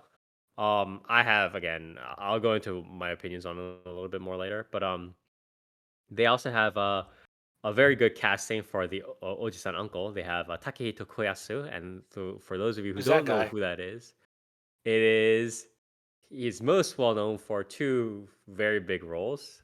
It is Dio in JoJo, obviously, and Who's that? as well. Never heard Well, of him. I you'll don't have know, to watch Spire. that series. Spire, You'll have to watch. I think you mean Sartorius from Yu-Gi-Oh! GX. Yeah. Yes, that's exactly who I mean. As Yeah, well as people think that the first time you said the world was in I was about to say Yu-Gi-Oh! JoJo. No, he was actually in Yu-Gi-Oh! yeah. Because he runs a tarot card deck, and he has the world there. So take that. And he also he's also pretty famous for again doing I guess like there's the meme role. What is it, like the Deadpool, right? He did Yep. Deadpool The in Yeah, he Deadpool. did. the Japanese version. He does obviously in games and stuff like that. He does characters like Shingo in King of Fighters and Zato in Guilty Gear. I think Zato is one of his more famous roles there. He's But also bro, I can't yes, believe you forgot that he's Kanazuki from Data Live. How dare you not say that? I apologize. Um, But yeah, but yeah, he's a big most of deal the kind of other guy. yeah, most of the other characters are pretty standard castings. You have Yuki Aoi, Toisaki Aki. Toisaki Aki has been doing a lot of roles this season here. Tomatsu Haruka as well as Komatsu Mikako. They've also been like this sort of like general role group of like A-list actors. I mean, they always Wait, get a lot of roles, but especially this season, they've been getting a lot of roles. hold on a Depending on who sec, he's Fire. yes. This is produced by Netflix, right? because I it's believe they weekly. are It's a indeed weekly getting Netflix money series. from Oh, I yes, see. they I are see. getting money from Smart. Netflix. You notice a trend here? I see the trend. They're pulling in like the usual people, is what you're saying? No, they Whoa. have Yu-Gi-Oh on Netflix. So Well, cast the that's Yu-Gi-Oh voice. that's an interesting Kenjiro Suda in connection. a House Husband. Oh, I see that. Now they got freaking Sartorius from GX as Isekai Ojisan. Damn, you can't fool me. They've Anyways, definitely got that Yu-Gi-Oh money. yeah. So they have Yu-Gi-Oh like money. the standard, eight other A-listers here, all a bunch of them, Nobuhiko Okamoto, Kenichi Suzumura, Hisako Kanemoto, Harako Tomatsu, Aoi Yuki, Aki Toyosaki, so on. The usual goon squad. But For a anyways, meme moving. series, this has a lot of high-listers, huh? It's a pretty popular series, and I also do want to say that like you don't necessarily have to be a popular series to get like a really like randomly big role. Like series that like you just don't know anything about, or like it's like very quiet, can just have like silly roles, like silly numbers of roles. And obviously I want to say maybe the biggest example is like Dog Days, right? Like nobody expected anything, and then like Dog Days just ended up having the biggest cast of all time for some reason? Question mark. But yeah, those things happen. But anyways, going on to a very brief plot summary of the series. A fateful encounter with a truck had rendered Takafumi Takaoka's Ojisan, who is known as Shibasaki Yosuke, comatose for the past 17 years. Again, this is the uncle for in the titular Isekai Ojisan, uncle from another world. When he, the uncle, finally regains consciousness, the Ojisan begins to ramble in a foreign tongue and reveals that he had been transported to a magical world called Grand Bahama. I get it. Taka- Get it. Get it. Wait, what? Get it. No. Grand Bahama.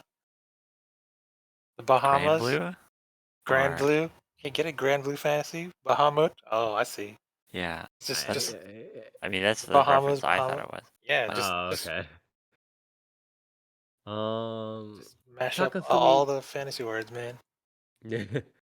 Takafumi dismisses his uncle's claims as nonsense until his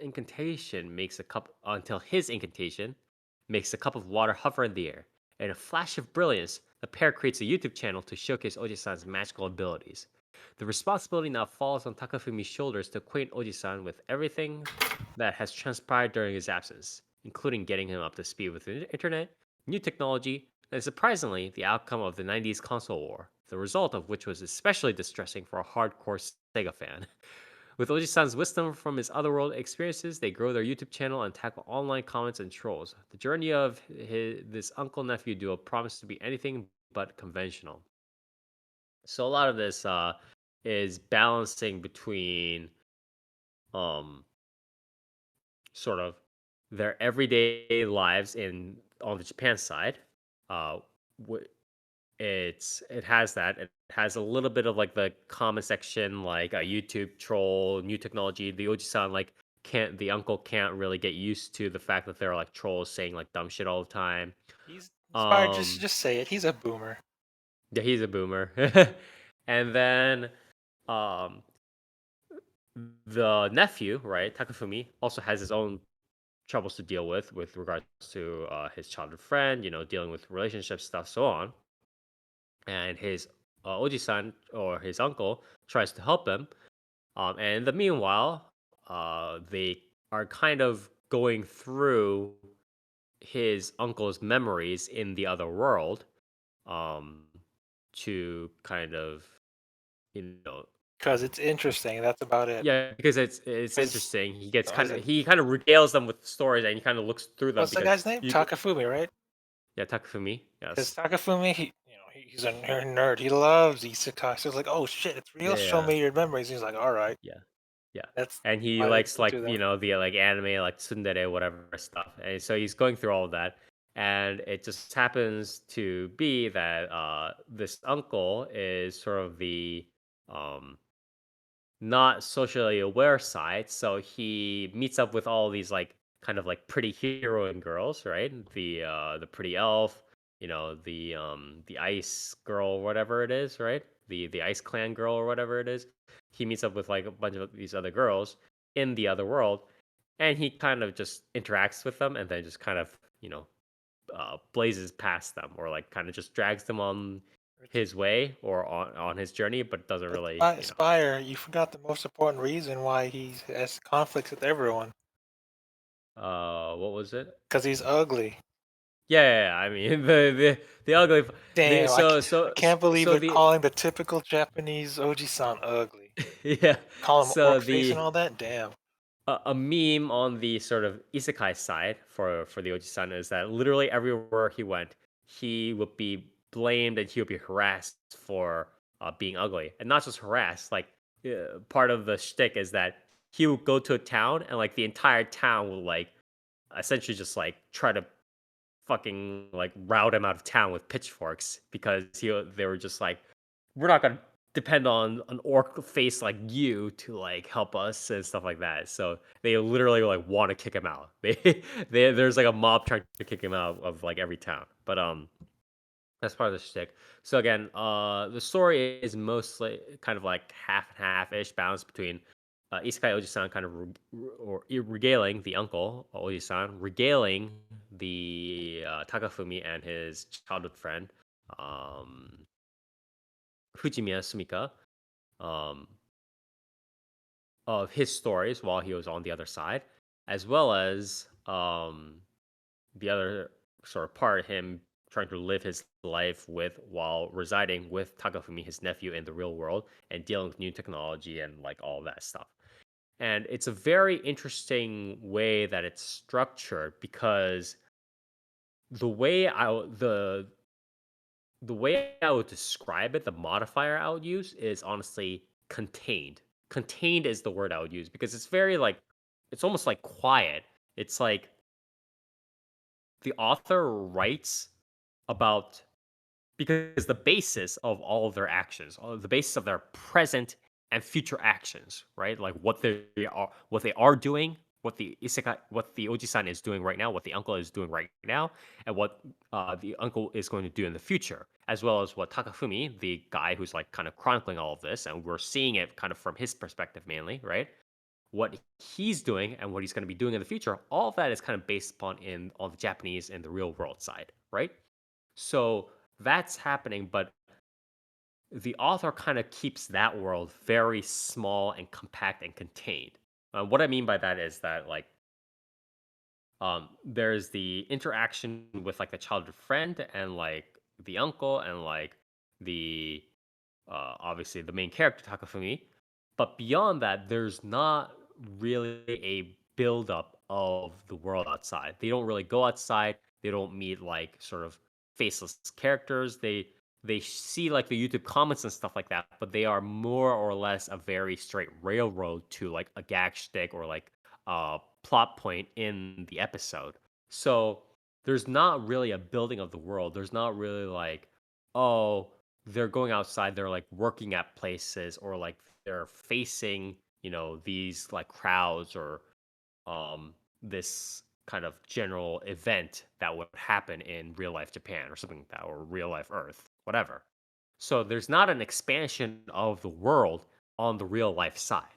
So that real life side is very, very compact in terms of world building outside of those three characters. Now, the Japan or now we go to the isekai side, right? Because that's the side where it's sort of isekai oji-sans, the uncle's past, right? So we're kind of seeing all the stories happen, and obviously they're gonna collide at some point in time later down the road. But um, he he shows sort of the video version, I guess, because he can use magic to kind of show what happened in his experiences, right? He shows them all what happened, but this is also a very sort of contained part of the story. Why? Because all he's doing is he's kind of chronicling the past. It's not like, and the past isn't like the author doesn't write the isekai version, the isekai portion of this story as if it was the main story. He specifically tries to limit it so that it's not the main story, right? So he'll be like, oh yeah, these kind of things happened, and then they'll kind of go back to the Japanese world, the real world, right? And then he'll be like, oh yeah, this kind of thing happened, and I kind of had to help them and do stuff. But then they kind of snap back to the real world, and this kind of thing happens where they're kind of drawing up stories, but the author makes sure that these are only tidbits of like the isekai-ish story, and the isekai story never takes over in terms of like being the main story, being like the main sort of form of entertainment for the series. So the isekai side is very compact as well, because the isekai side of the Ojisan telling Takafumi about his experiences, telling them about how he dealt with the cute elf that he met, right? That keeps following him around, the tsundere elf that keeps following him around, how he dealt with her, how he dealt with like all these troubles and stuff like that. They're all experiences, and they're specifically used to help their present out. So the Oji-san's, the Isekai uncle's past in the Isekai universe is used specifically to help their present circumstances out. So the isekai side is contained in the series in terms of in a literary sense. It's very compact and limited. But then the real world side is also very contained. It's limited. There's not much world building, and it's very limited to sort of these like almost slapstick-ish, but not fully slapstick interactions, comedic-ish interactions of the few characters on the real world side. So at this point, I'm wondering like, when is this going to expand, right? Like where, like, because the story kind of has to go somewhere, because it's not that episodic in a sense, because the characters are all kind of continuing developing. We're doing more and more exposition with each character. Isekai Oji-san, the uncle, is revealing more of his adventures. The main character Takafumi is kind of developing more with his childhood friend and kind of trying to do stuff. So this has to go places. But where is it going to go if both the isekai side and the Japanese real world side are very contained in a literary sense? Both are very compact. There's not much development or expansion going on. So where is the series going? It has to go somewhere, right? So I think this creates the problem that we mentioned at the very beginning of my review, right? So Nier kind of mentioned, I thought it was going to be big, but it didn't explode.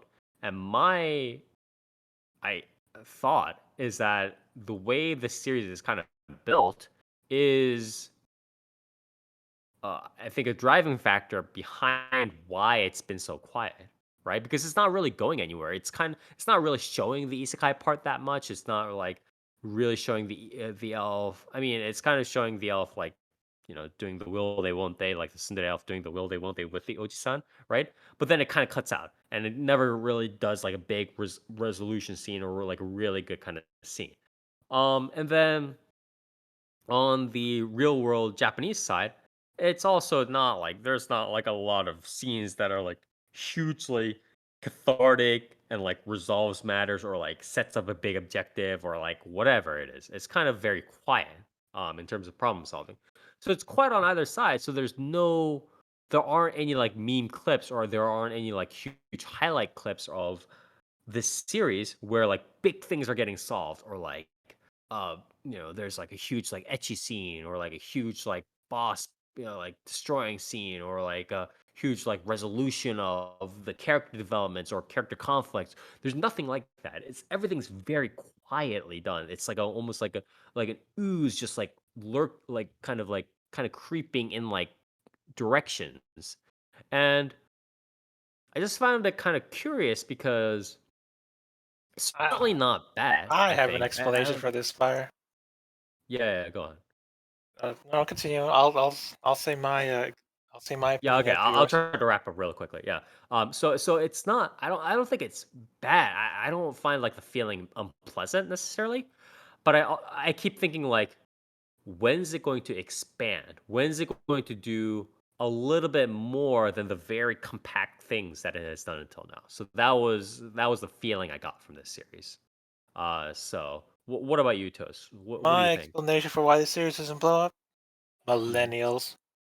Millennials, you think? Because they don't get the Sega references? Is They that what don't. you? I mean, this is for the Western audience.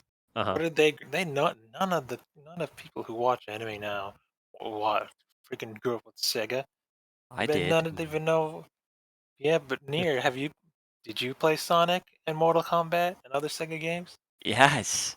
I don't believe you. Did you What play the Sonic fuck? Bones? Most people who watch anime nowadays and would be interested in this, they started with GameCube. That's GameCube and maybe N64.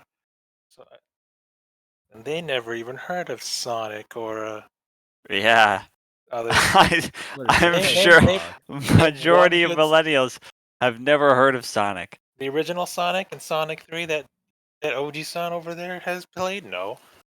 Even Oji-san was like, I don't know what this is and whatnot. But yeah, this is more. This is definitely geared more to the Japanese audience. This is in a way because Japan loves their retro games way more than the U.S. does. You like Game Center CX?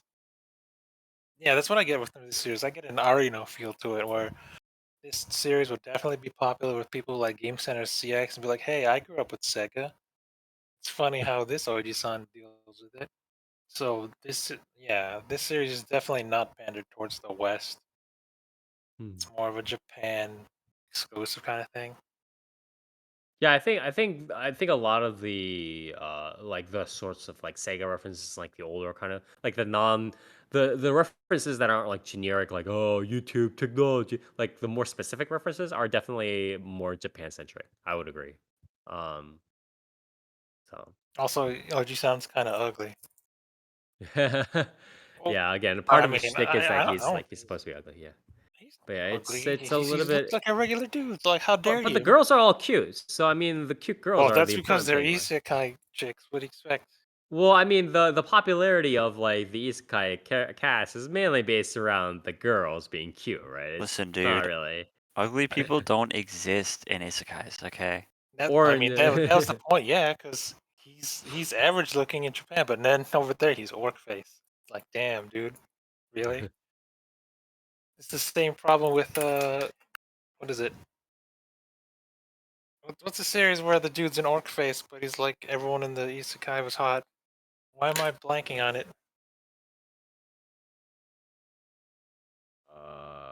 It's recent Wow. too.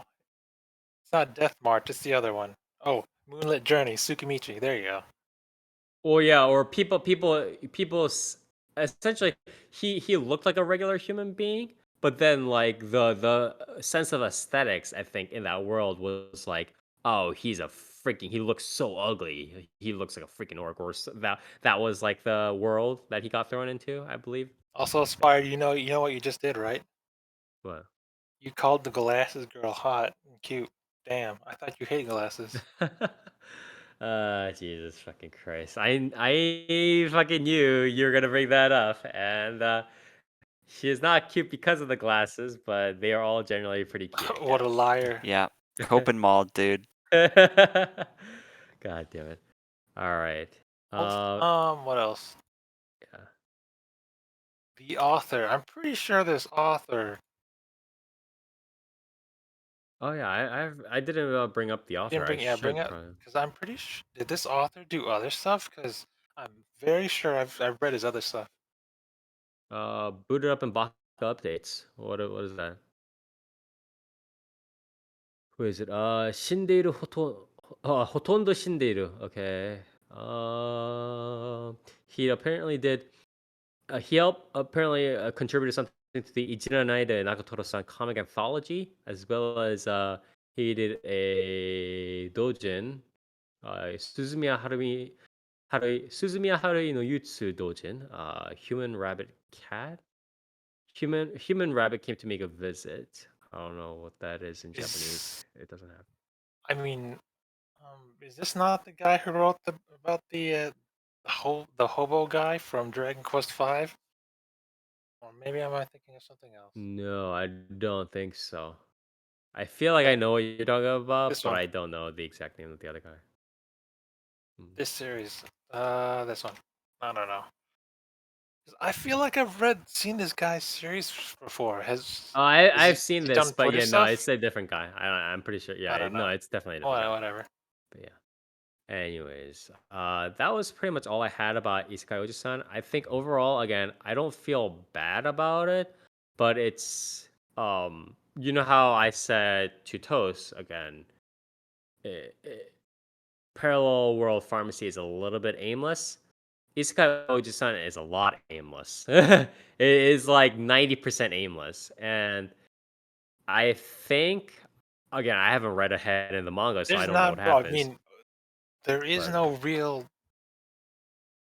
I mean, what is the point of the story? It's just Oji-san regaling his tales, and that's about yeah, it. yeah, yeah, yeah. Yeah. No real So conflict in this series. yeah. So it's gonna be I don't so it's a very like compact, small development. Like the level of development is extremely small in this series. I want to say both in terms of like general character kind of stuff as well as really in terms of like any story exposition kind of level stuff. It doesn't feel bad, but yeah, that's sort of what you should be going into expecting. So that's sort of all I had for Isekai Oji-san. Again, it is Uncle from Another World, manga original. It is done by Atelier Pondar. This is like their If you first major full series. Yep. like 90s nostalgia bait, especially Sega, So I mean, yes. the series is for you. I mean, Yep. I get it. I get the thing. I wish Sega didn't go under. Dreamcast games are freaking fantastic. You know what I'm saying? Skies of Arcadia is like my top 3 games of all time. Yeah. Anyways, that was pretty much all I have for Isekai Oji-san. And last but not least, Oh, hold on, Spire. Who's your favorite character? my favorite character. It would be the Ice Girl voiced by Aoyuki Mabel. Damn, really? You plain Jane? Damn.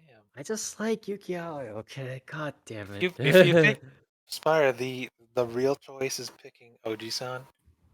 That is true. True. That is actually the True. real tag. I apologize. He can. He's got a metamorphosis spell. You know. Yeah. I really like that, honestly. I really like that part. Yeah. Anyways, last but not least, again, Nier, what do you have for us today, sir? So I watched Yurei Deco, Mm-hmm. which is It a science is saru yes, very production. very famous Is that these the Tom days. I Sawyer want to one? say Yeah. Oh, nice. yes, it is. So this series is a bit strange. So when we covered it in the previews, it sounded like it was like a weird adaptation or a spin on like the Tom Sawyer story.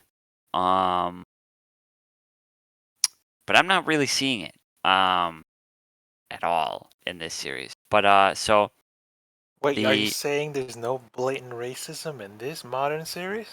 I mean there's a bit of Japanese racism, but no, there's no like yeah. So Severe this racism. this series So you're saying there's what, female furry slaves in this? Damn. what? What? That's modern Japan racism, right? I think No. modern Japan racism is just I blackface. Yeah, I What? think it's he's like referring to isekai stuff. Yeah, I mean Yeah.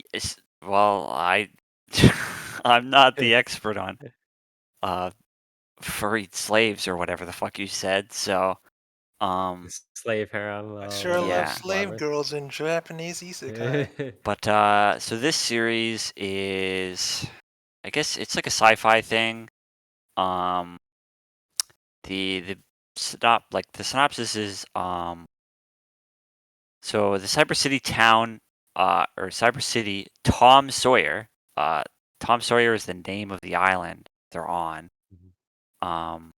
Society evolves around earning love, akin to receiving likes on social media. Citizens Oh this no. augmented reality exchange love for public services and appearance-changing avatars via the Decoration Customizer, also known as Deco. a hologram device implanted in an individual's eyes from early childhood. Basically, the general idea is NFT world. Imagine, Oh basically. man. Oh, Oh hell man. yeah. And it's it's like an augmented reality thing. And basically everyone has like fucking NFT clothes, or like avatars. The city around like has basically all the scores, like the currency love scores on like all the restaurants and stores. People have them around them. It's very, very dystopian. But it's not like presented in a like dystopian manner. It's sort of just presented like this is like this is the world. People are like, totally fine with it. This is just how it is, right? Mhm. Um, and Can I interject for a second? So, I mean, the plot and stuff like that is all well, but I don't want to sound derogatory when I say this, but is Science Star really trying to create a series, like a full series with like a coherent story, or are they trying to aim for like a more like art project kind of deal? Is my question. I know this is a full series, and again, I don't want to sound like derogatory, but like, you know what I mean? not what do you mean by Are they using this as more of like a although I guess they don't need to appeal their studio's like potential because they already did that with Star Wars Visions, right? yeah. So Okay. this is like Uh, this is a They're kind full of like what I'm trying to say is like are they kind of using it's the a series to smaller like scale. No, flex their visual no, audio visual muscles? Okay. no. It's an actual like series that they're trying to do. This is just a series. It's a smaller scale. Um, it's so most science saru um series that people really like know and like look at, um like the big name ones, right? Mhm. Are directed by Yuasa Misaki, right? Mhm. This is not one of those. This is one of their smaller scale ones. You can tell by the audio visuals, like they're not really trying to flex anything. Mhm. But yeah, this is kind of just a this is just a series they're doing. It's not really like I don't think they're really trying to push anything. Um, but yeah, it's definitely like on the like lower like budget, I guess. I don't know if they have anything else cooking right now, but um yeah. But yeah, this series is like it goes into with like the weird AR stuff. The main character, Barry, her like right eye, I guess her like implant is all fucked up. Um, Mhm. and it's like essentially glitching out, and basically she can't really see like the fucking NFT world in her right eye, right? And because of that, it lets her see um this character that's like basically using the technology to be invisible, and essentially steal people's love and stuff like that. Okay. Um, Wait, they're Okay. and stealing NFT? yeah, they're stealing the currency. Um, Yeah. Nice. but Stealing all the apes. Yeah. yeah, and she chases her around, and they encounter uh, what's like basically uh, they call it like Kaijin Zero, um, which is like this weird urban myth, which causes the zero phenomenon, which makes all the love like go down to zero, and it like scrubs data and stuff, and it's basically like Damn. you know They're, they're in deleting the a internet. yeah, like in a purely like digitized world, like this like Kaijin Zero is like um basically like a dark spot, right? Like it creates like dark spots in A the dark web. Damn, um this is suddenly the Matrix. yeah, it's really weird. And then, as the series goes on, the main character sort of gets framed for like being this Kaijin Zero, and then she has to like fake her death and she sort of gets uh, recruited into this detective agency, which is run by what they call yureis, which are basically people that are sort of outside of this like overly digitized society. They've sort of been either they're like their citizenship has been like just like lost or revoked, or they never had it to begin with when they were born. They basically live like off the grid, right? Um, and because of that, it sort of lets them exploit the system without the system really like recognizing them, because obviously they're not tracked by this like highly surveilled society. And it's Mhm. sort of like this detective series as to like what exactly is Kaijin Zero, um, and shenanigans beyond that. It's pretty lighthearted. It's not like super serious, which It's not a uh mystery series, right? It's just like a general kind no, of supernatural, like it's sort of like okay, it's sort of just like a general detective thing. They take on like okay. odd jobs and stuff here and there.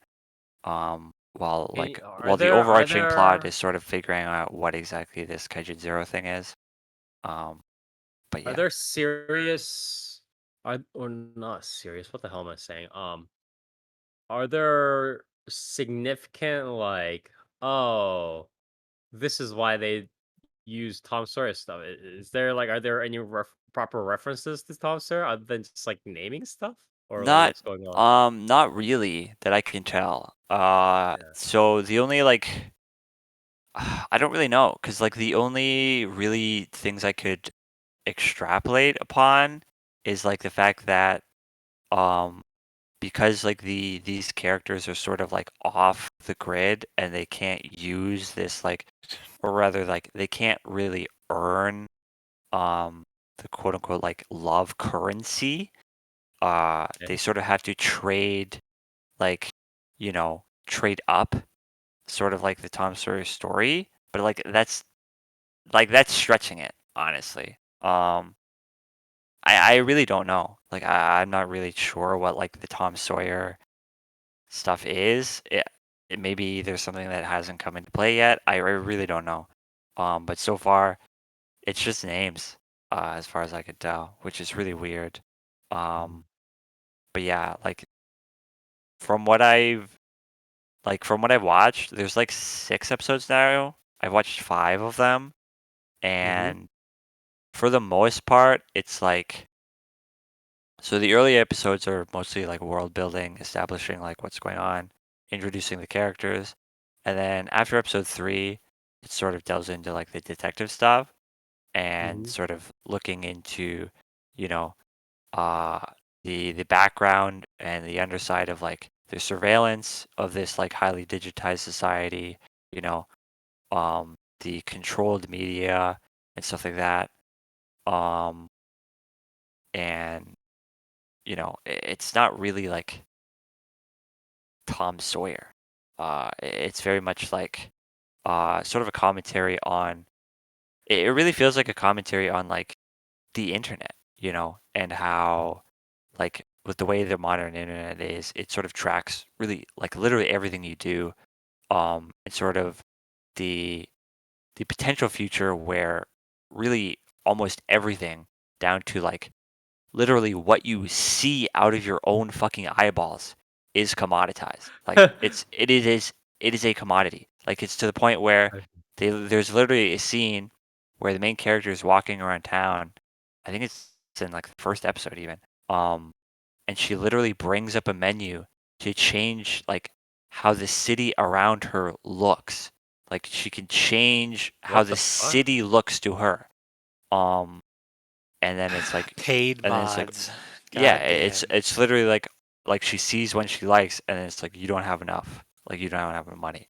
Um so like it's it's definitely a commentary on like the like over commodification of stuff, but it's not super serious. It's not like preachy. It's sort of treated as like almost like a gag kind of thing, which I think is pretty smart. Um, because like I feel like when you're dealing with stuff like this, it's really easy to get like you know, really preachy about like, tech surveillance bad, right? Which is like, everybody knows that, right? Yeah. So like you don't really have to take like a fucking condescending preachy tone to be like, yeah, society watching you and dictating what kind of media that you can consume and like what is appropriate for like the general populace is bad. Like people know that. Um, but it's just like the way you present it matters. And the way this series sort of presents itself is it's sort of tongue in cheek, but it's got the layer of seriousness to where it's like it's very obviously a commentary. Um, but yeah, overall, I think it does what it does pretty well. The characters are all really charming. It's a Science Saru production, so the art style is really nice. I think it looks maybe like half a step down from what you'd expect from a Science Saru. Like, Well, they are doing a full series for the first time. And are they? How many contractors are like on their fucking hit list right now with Yurei Deco? so right now, I think what I've seen Or are in they the getting credits black is by? like Is this Noitamina? This isn't s- Noitamina, right? Is this I'm Noitamina? I don't think so. But like Okay, from what I've yeah. seen in the credits, it's like apparently Bandai's backing this. NetEase is Wow. backing this, which is strange. Holy shit! There's a Um, lot of people. But Uh-oh. the thing is, it's like if there's a lot of people like this Nez on is it, gonna make then this. yeah, I mean there's a lot of people backing it. I don't really yeah. know how many like contractors there are or subcontractors and Yeah, stuff, I think but probably like a little bit of the rough around the edges is probably coming from the whole like subcontractor thing that yeah, is it could happening with be. this number of I also stuff. think largely it's due to the backgrounds in this series are very Uh plain, huh. like they're very simple, Yeah. which isn't bad, right? Because like it's a Is it science part of starter. the style? Yeah, Is it part? I think it's It's a part part of the of this. style for the series, I right? think it's I think it's a majority part of the style, but I think a little Okay. bit is due to time constraints and stuff as well. Um, it's like a mix of both, right? Like the Right. backgrounds Right. like are visually like distinct and like unique, like they fit the style perfectly, but they're a little bit simple. Um, like they're no Azukin backgrounds, right? Like obviously, but um, yeah, I'd say it's like a step or like a half step below like what you would usually expect from Science Study, but it still looks solid. It's very consistent. Um, and like it's very cartoony, it's very stylish, it's very colorful. Um, but it's just not like it's not quite up to what you'd usually see from Science Study.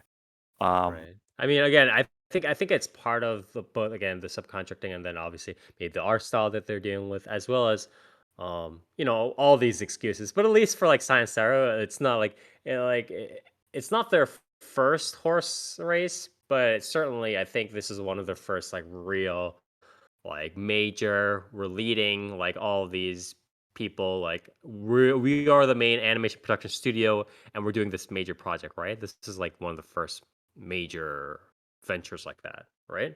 Or no? outside of stuff like uh, Crybaby and Azukin and stuff like that, right? Um, Hmm. yeah, but like um, Right. I the forgot director for they this did Azoken. is Yeah. relatively new. Um, so I think there's multiple factors, right? It could just be Yeah. it's not something that they're super focused on right now, but you know, Yeah. either way, like I think They're putting it's all very their money into Tatami Time Machine Blues. This yeah, is They're what is putting all their happening. money but into Azoken Season 2, dude. yeah, Yeah. but it's very serviceable, right? Like it looks solid. Um, but yeah, overall, I mean, I think it's solid. I think the overall plot is it's not like super gripping, right? Like it's kind of just standard detective stuff. Um, the world building is kind of interesting. I think that the commentary stuff is done pretty well. Um, the characters have a lot of like the main character especially has quite a bit of introspection and sort of because for her it's like sort of a wake up call. Um, in the third episode, just sort of because like apparently most people living in this society, like they have literally no idea, like, you know, they don't even know about like the fact that there's people outside of the grid, right? Like they have no fucking clue. Um, so for the main Right. characters, it's very much like a a rude awakening almost, where it's like, living your life in ignorance. It's like, what is, in a world where literally fucking everything is digital to the point where you can seamlessly at any time transition into what is effectively VR chat, right? Um, Right. I think they call it like the hyperverse or something. But it's just like you can just log in literally whenever. And like for most of these people, like school, work, whatever, it's all in this like digital space. Um, and like even like the surroundings around them when they're not logged into this digital space is digital. And so for this character to sort of suddenly be yanked out of that and put into, the quote unquote real world where, Mhm.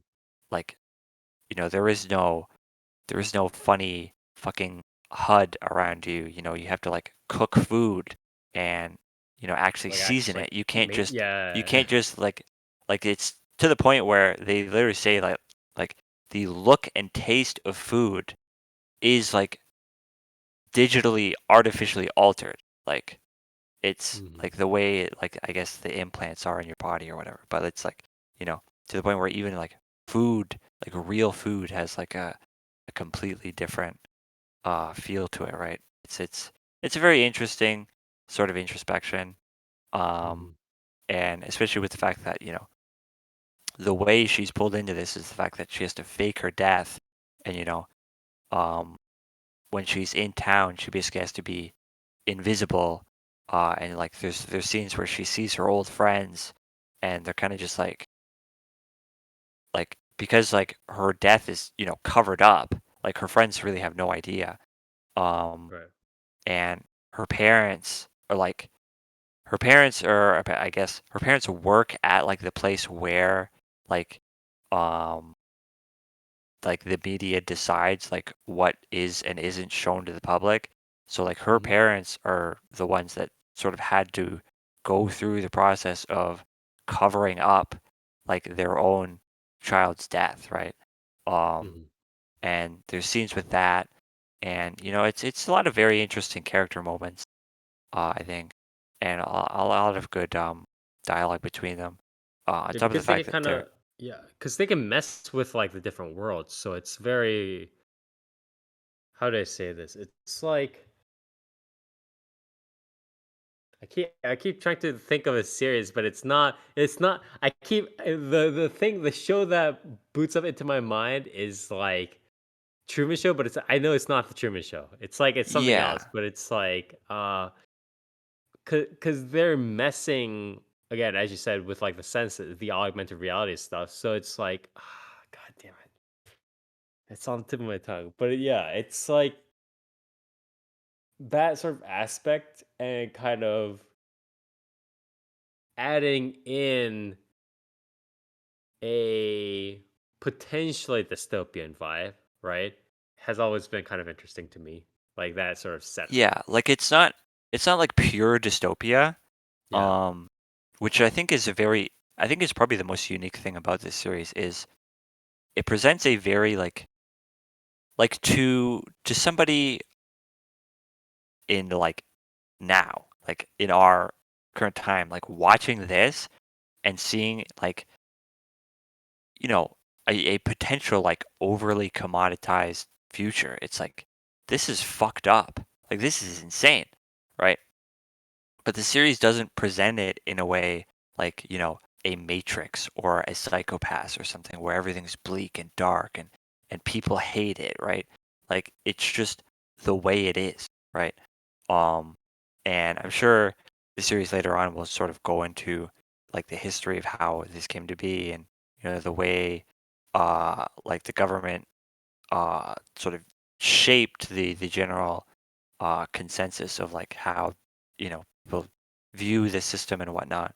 but like Mhm. it's very much just presented as is and widely accepted, and Right. it's colorful in fact, um, and it's very interesting to see a world that is definitely like a fucking like dystopian hell, but presented in a very colorful, cartoony way, and Pastel not in like colors. not like and it's not like super serious, like this is bad, It's sort of just like this is the world.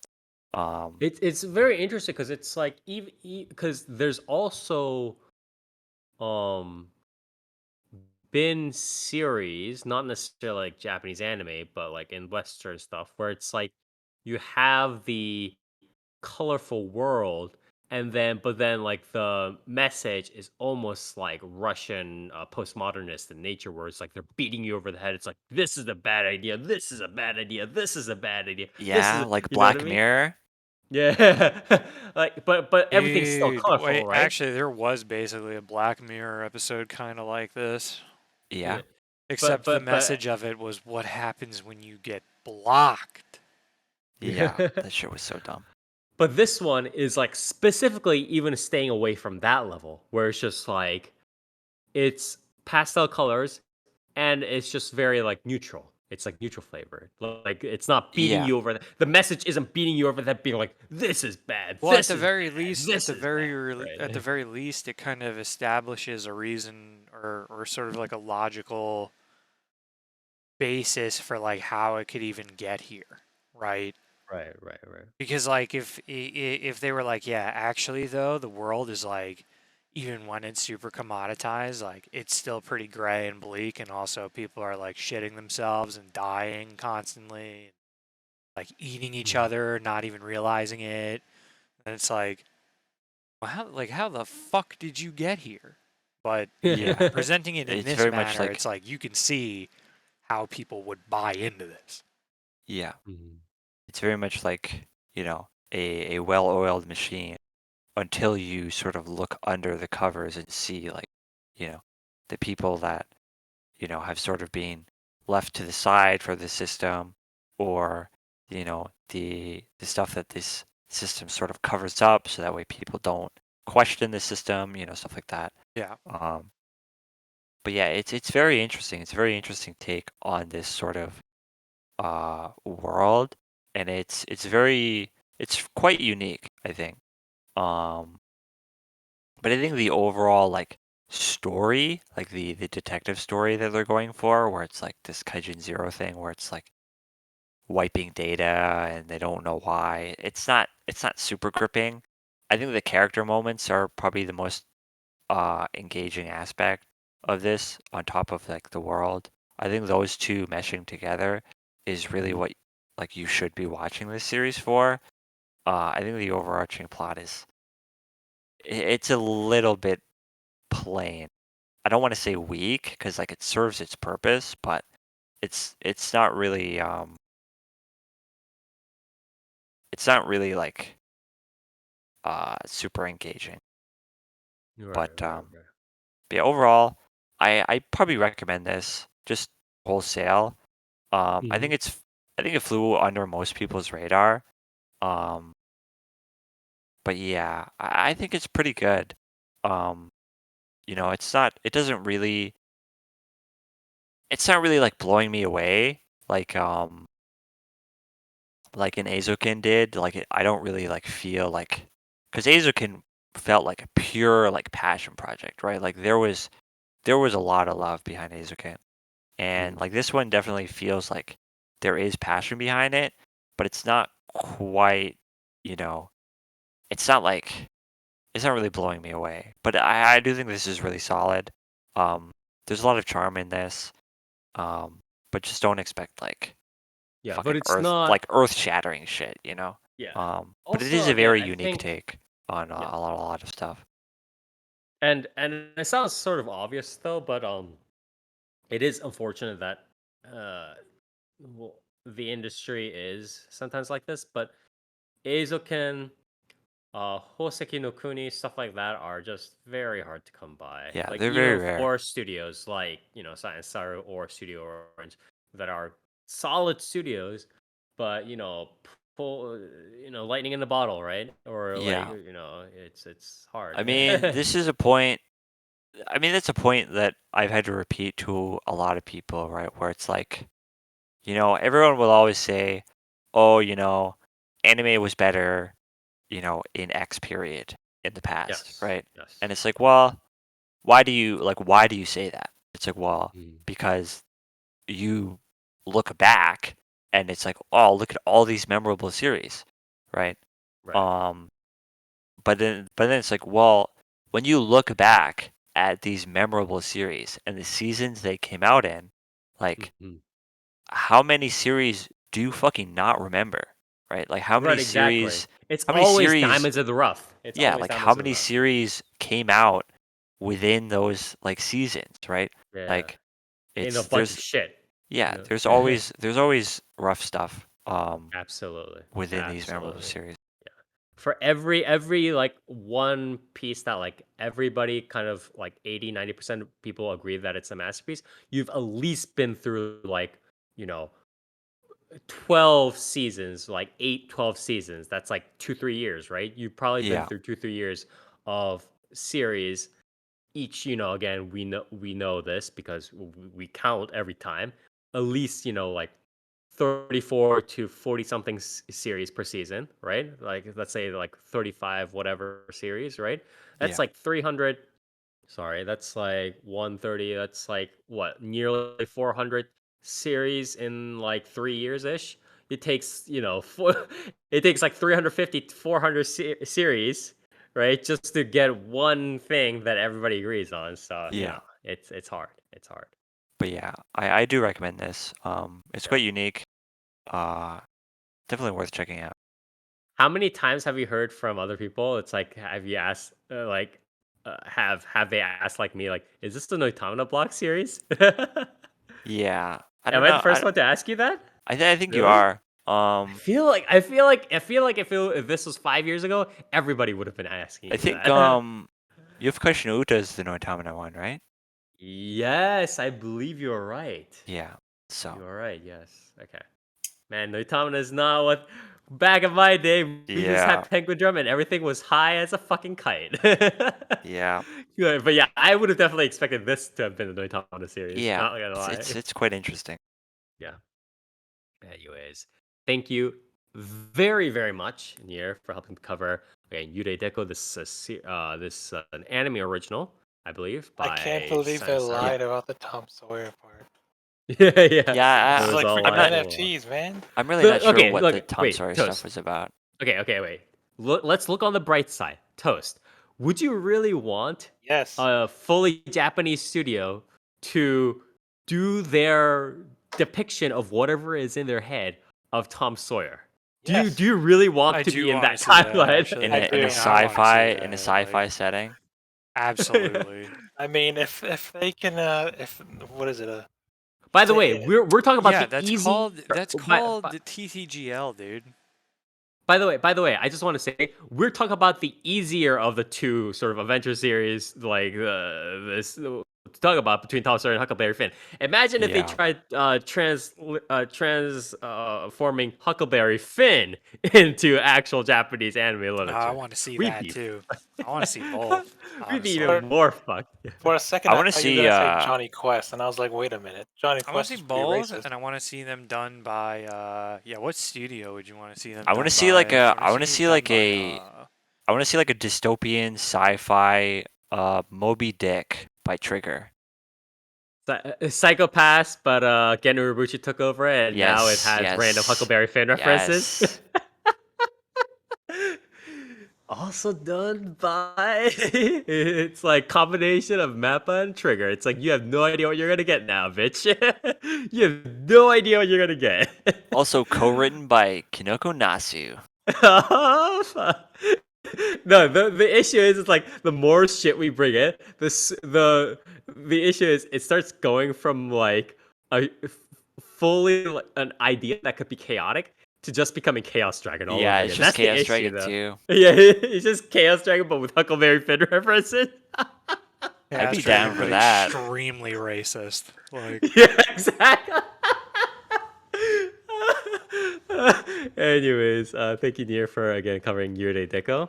And with that, we're gonna skip on right over to the news real quick. Again, for some reason, these past 3 weeks we haven't had much news to talk about. So we have pretty much exactly one piece of actual interesting news that's not like standard like anime announcements or whatever. So this one piece of news is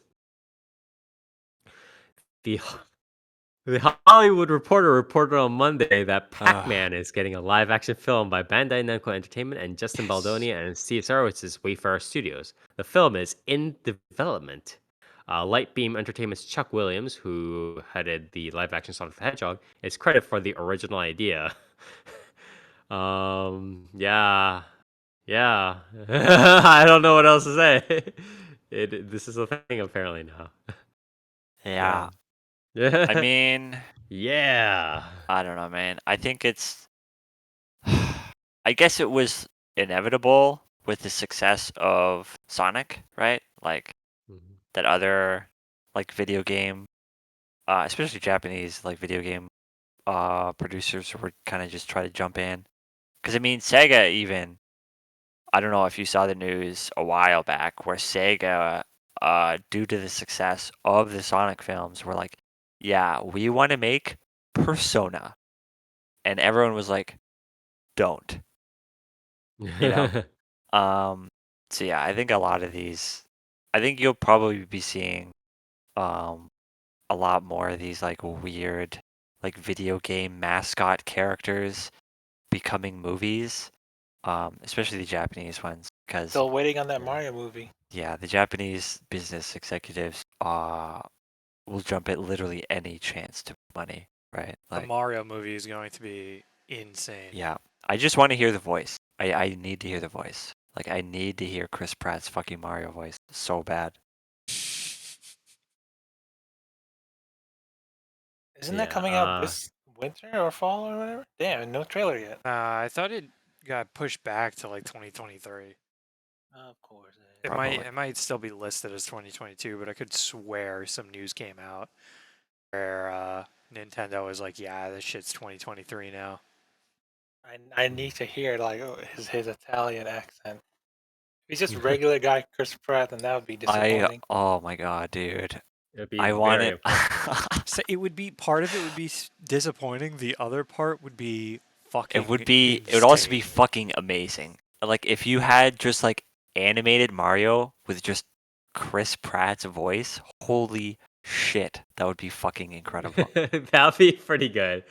If you just went all the other just the other end of the scale and just like made it like that, that would be Who else pretty was good. Yeah, it's I like, wanna hear oh, Mamma Mia. It's a I me, want to hear. Mario. Yeah, it's. I want to hear Jack Black, Bowser, and Seth. Yeah, Seth Green. it was. Yeah, what is It was Seth Seth. Rogen? It was Seth Rogen, Donkey Kong, Yeah, right? Donkey Kong. Yeah. I mean, we know Jesus that's Christ, what a- literally just going to be Seth Rogen, like speaking as Donkey Kong, and it kind of fits when you think about Oh man. Oh my god. Anyways, that was the only it. piece Like of they're gonna news we put Donkey had. Kong in glasses. Holy you can shit, envision the dude. scene. No, they're gonna have Oh, the old dude. Donkey Kong. They're gonna have the Dude. old Donkey Kong, No, but it's dude. like Donkey Seth Kong's Rogen. gonna be like reading a fucking like. Frankie Kong is someone else. A fucking. He's gotta be like fucking. He's gotta have like a fucking weed shirt on or something, dude. Like for the pure gonna Seth Rogen be- experience. He's gonna be No, in no, like no, no. a, It's gonna be nah. no. They can't do that. You So know- what they're gonna do is he's gonna have the tie still. He's gonna have like fucking. He's gonna have Seth Rogen's glasses, and then he's gonna be wearing like a fucking striped button-down long sleeve shirt.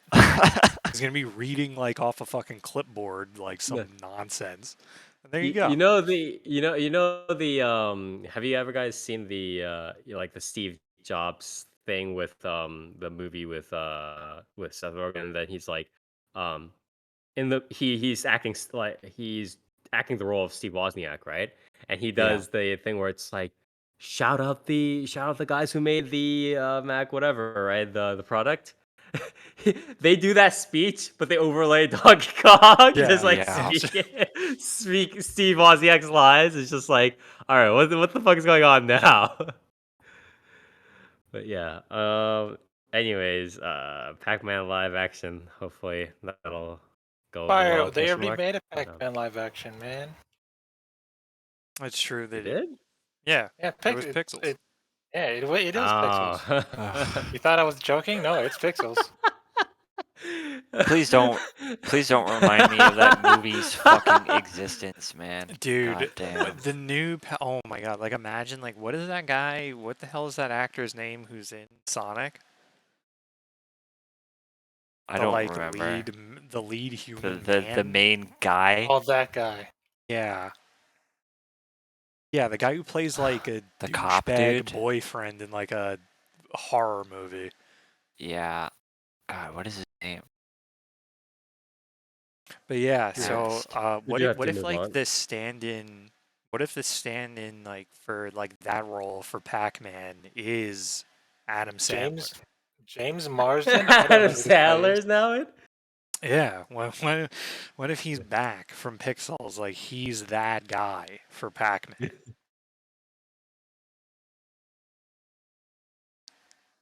I just want God, fucking. There are so the thing is, it's like especially after the Chris Pratt thing, like there's so many like fucked up collaborations between like live actions of like weird ideas, Japanese whatever like game ideas or whatever, and like just actor casts that could happen. Yeah. We are not ready, I think. Mega But Man I coming mean, soon. even Sonic had fucking Idris Elba for fucking Knuckles. So Yeah. Oh my like, god. I remember that. My neck is like We're getting inching back into my neck, fucking like body. Don't worry, bro. Thinking We're about getting Shadow the Hedgehog next. fuck, dude, who is gonna be Yeah. Shadow? I don't know. I don't think he spoke. Christian in, Bale. Christian Bale. Christian Bale. Dude. Oh my Dude. god, dude. Christian They Bale. should make dude. They should make fucking That would be Shadow the Hedgehog do incredible. the fucking like speech where it's like my pain is sharp and constant. That shit would be incredible, dude. Have a shot of fucking Shadow with headphones in his ears, just walking through an office. Oh my god. Anyways, that was pretty much all the news we had for today. Or for the past 3 weeks. It was very quiet, other than like the standard, like, oh, this anime got announced or whatever. But Yeah. that was pretty much it. And we are going to wrap up our show, of course, now with our shoutouts and callouts. Everybody here gets one shout out and one call out each. A shout out is something that you want to praise, shout to the heavens, 5 out of 5 stars on Yelp, and it can be any one person, place, or thing. And of course, the call outs are something the entire opposite end of the spectrum, something that makes you rage, weep, sigh, in consternation whenever you see it. 0 out of 5 on Yelp, and it can be any one person, place, or thing. And we start now with Nier. What do you have for us? Wow.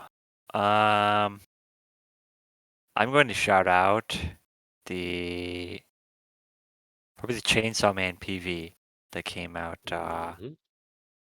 so last week. God fucking damn. That shit looks nice. I really I don't know, man. And a lot of that shit we saw in the PV is like not finished, by the way, too. So like damn. I'm excited. I'm excited for that show. Getting in that ass. It's also, very cool very cool casting choices. What was it like? Fyro's Eye as Power. Really? Okay. Yeah, and then I mean, they have more money than fucking just like anybody in the universe. So it's like yeah, they have enough. yeah, Tomori Kusunoki as Makima, which was a pretty interesting choice because This looks. Wait, what? Let's see these voices. she's voiced from the last time I looked, she voiced mostly like lollies and stuff. And like magical girls, like for yeah. like kids shows and stuff like that. Right? So her being Makima, who is a very like a very intimidating, like manipulating character. It's very like quite a big shift for her Wait, usual so roles. does her Makima like her is her standard voice tone kudere or like what is it? Um, Kind of so like like it's very monotone? like Or is it? well, I mean it's manga, right? But she's very like Mm. so from the impression I got, she's a very soft spoken, like but very like intense character. You know what I mean? Um, Oh, so yeah, it's a very interesting casting choice. that's pretty cool. Okay, But yeah, I'm obviously hoping that she I'm does very well. excited to see like what she can pull with that character. Um, Mhm. but yeah, it's just really exciting stuff. From Chainsaw Man. Mhm. Hopefully we get a release date in September. But yeah. As Okay. for callouts, I don't know. I had something, but fucking lost. Um,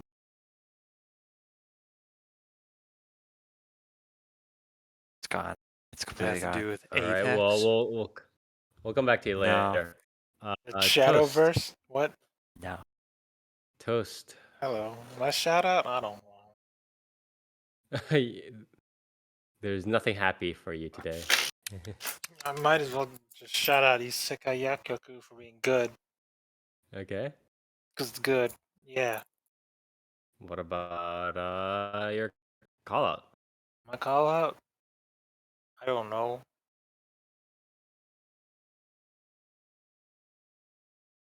I'm gonna call out called what's it called? Uh I'm going to call out. Let me pull up let me pull out this guy's name.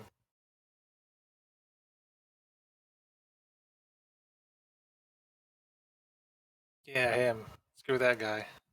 Yeah, we're calling out Dream SMP. Which I'm guy? gonna call out Germa.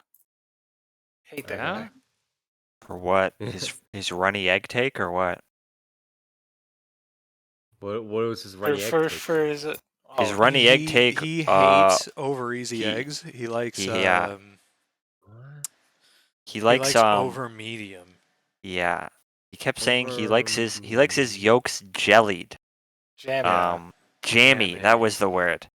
Um, he says he hates runny eggs because then the yolk gets all over everything. Yep, But that's all the over the point other of making food. those types of Yes. eggs, Yep. Yeah, I mean, right? it was also, it's also just like, what the fuck are you putting on your plate that, like, the yolk touching is a Quote Will unquote, problem? ruin yeah, it. like, Yeah. cause like the egg, like egg yolk touching, like, It's like I I don't want could to get too understand, into like, this, if you had, but like, like, fucking pancakes. It's like, well, yeah, yeah. like egg yolk But even if touching you like have a Why is that in your sausage or plate? something, like, it's not gonna even affect the taste really, like, because you're all kind of all shoving it down at the same time, anyways. yeah, Too. Personally, I like rolling my sausage in the, you know? Yeah. yeah. Savory. Yeah. I like dipping my toast in it. Oh yeah, Okay. now I remember. Is what was that game? His sponsored stream? Something. Oh, 2 point campus. Yeah, I hate his stupid face in that. Oh yeah, his in and out like face.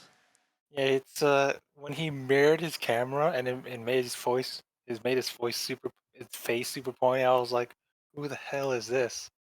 So weird. I Damn, hated man. it. Yeah, because you see what's when it's mirrored? His face got Yeah, I super mean angular. it's Yeah, more but angled, but I feel like he still looks like he doesn't look as fucked up as like a lot of people get when they mirror. yeah, Like I look like I'm melting to me if I mirror my fucking camera. Like I may as well look like SpongeBob when he had the fucking suds. Like I look horrendous. But It was German just made out pretty well. it was just super uncanny from his other camera angle. I didn't like it. Hmm. Uh, what's that analog horror? What? I don't know.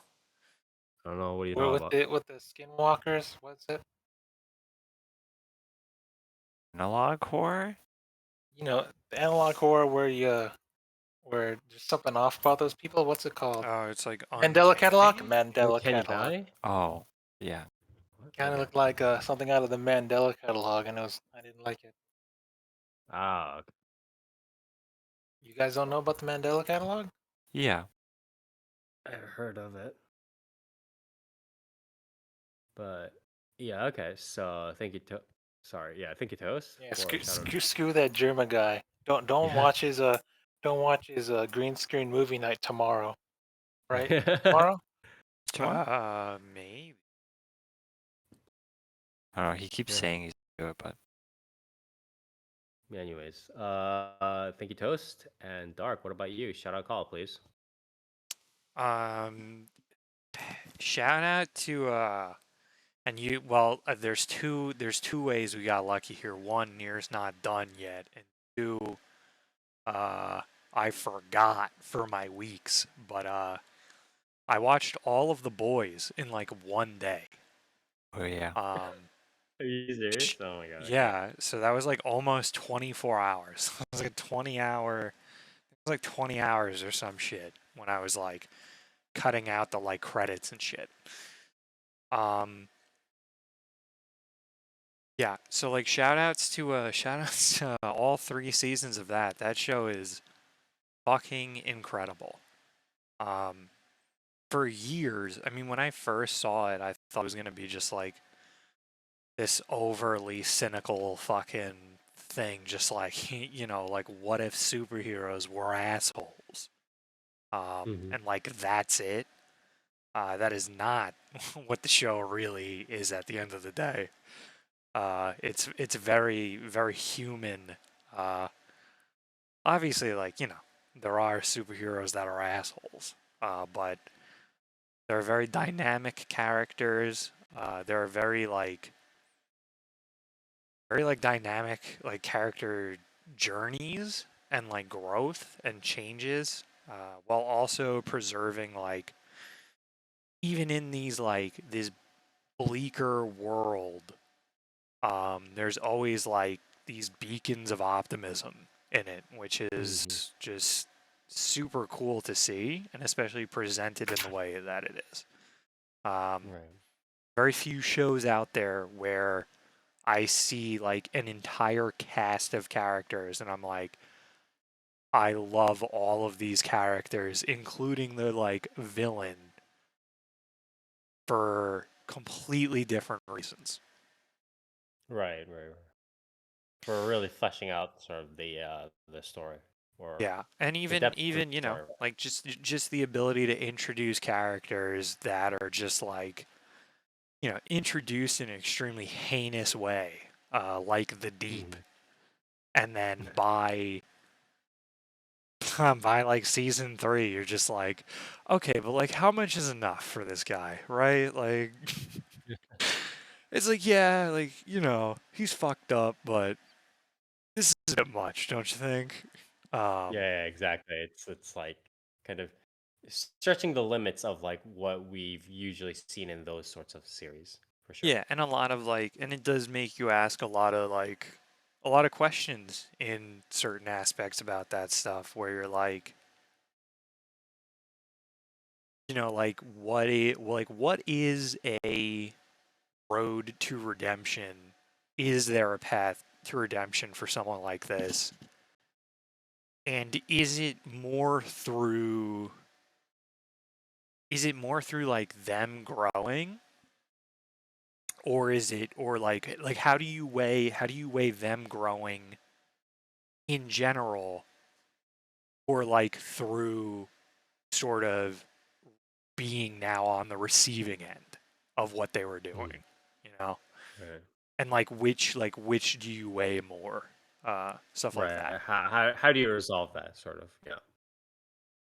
And just also his actor is fucking hilarious. And yeah, killer cast.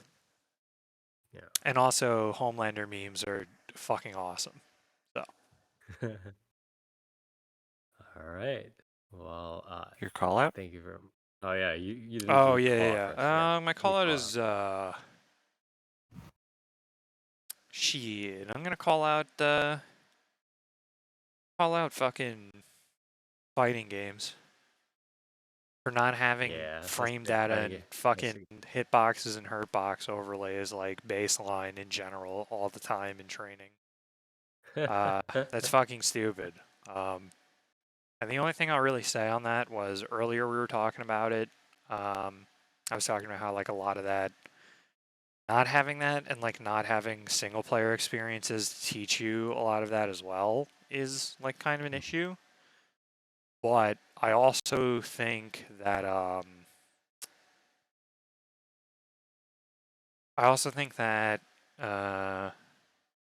what was it? One of the thoughts I had just really quick was the problem that fighting games have is like that obscurity of information for new people.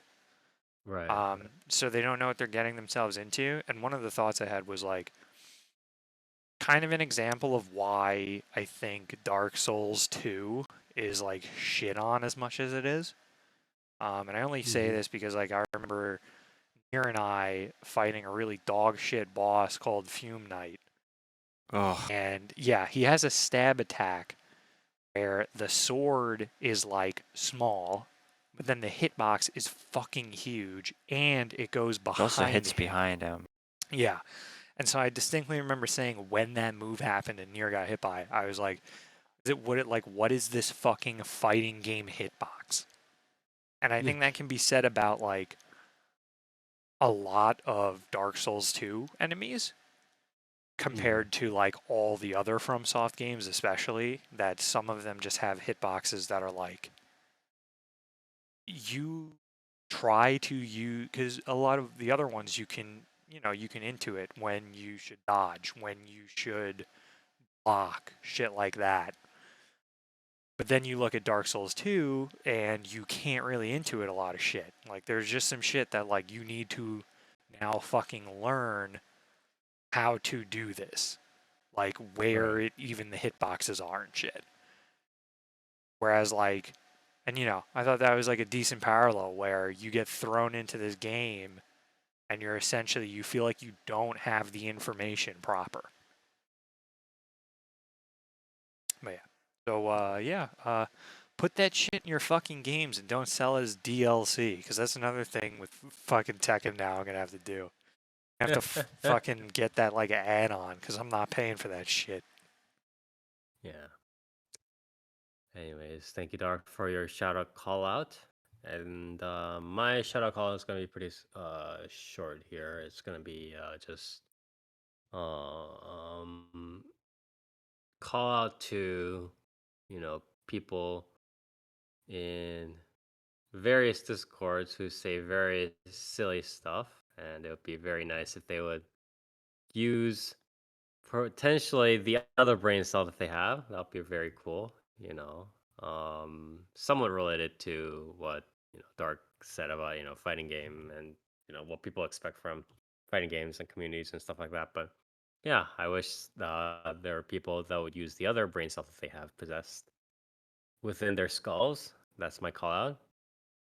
And the shout out goes to, actually, I'm pretty sure I didn't mention this last time, but it was and Dark has rightfully chastised me for this, but I recently stumbled across a Japanese artist, singer, right? Oh, Uh, can't believe you. Yeah, don't know if you ever heard of her, but yeah, She's too she's indie. very niche. Too Yeah, indie for she's too Fire. niche. Yeah. very, very niche fucking artist. Yeah, but usually these things don't pop up. But for some reason, I don't know. It was probably the will of God. I just like, usually when like J-pop stuff pops up, I tend like not to click it because 9 times out of 10, it's like some stupid Vocaloid shit, and I don't really like listening to Fire, that. who do This you guy think? hates Vocaloids. What the Who do you think fuck? sings those Vocaloid songs? It's like, come on.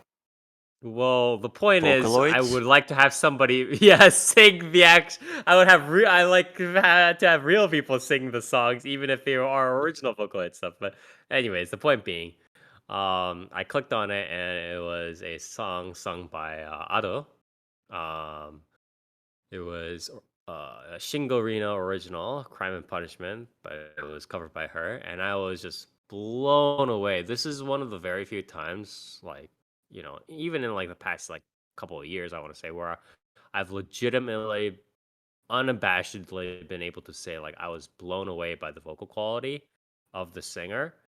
And again, Near and Dark and Toast and the others all know that I do not give praise like this very often. But yeah, I was pretty amazed by her vocal quality, and I've been going through a lot of her songs now. So shout out to her, and I guess Stark as well for for being like, you're a retard for not knowing Hey this man, artist. And, shout out to Spotify for fucking just like yeah, when she first had her like 2 songs on, like it was like Ready yeah. Made and Usewa.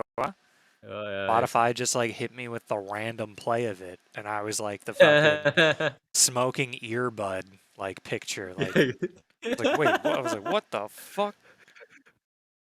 And we're like, yeah, here's this artist with like 2,000 followers, and I was like, all right, ain't no way. Like, Oh, Jesus. But I yeah. bet Spire doesn't even like Bink Sake, sung by Ado. It's like, how dare you? But It's pretty yeah. good. Bonus Uh, song. Go check it yeah. out. I need to listen to it. But yeah, pretty good. So that was my shout out. And with that, we are finally done with our episode of the podcast. And again, we are pretty much, I guess, I want to say halfway through, although technically we should be a little bit more through because of COVID. But we are likely going to end, I think, usually we end around the end of September, right? I believe end of September-ish. Yeah, according to this timeline, we should be ending around the end of September for most of our series. So we're just kind of rushing ahead. We still have a lot of decent series to cover, so you'll be seeing us going through the cycles. But if you do want to let us know, just other series to potentially that we should potentially be covering, although I think we're gonna be able to cover most of the stuff that we want to cover this season. But yeah, if you want to watch us or else keep just shoot us suggestions.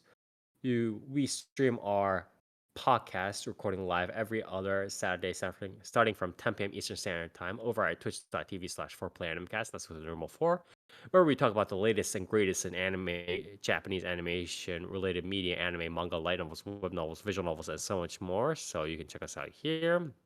We have a VOD of our podcast recording stored here, as well as on YouTube for Play Animecast, where you can check it out, whichever format you desired. And for updates and more information, we have our social media platforms on Facebook for Player Animecast, as well as Twitter handle at 4PPAnimecast. Again, all with the numeral 4. And yeah, we'll see you next time.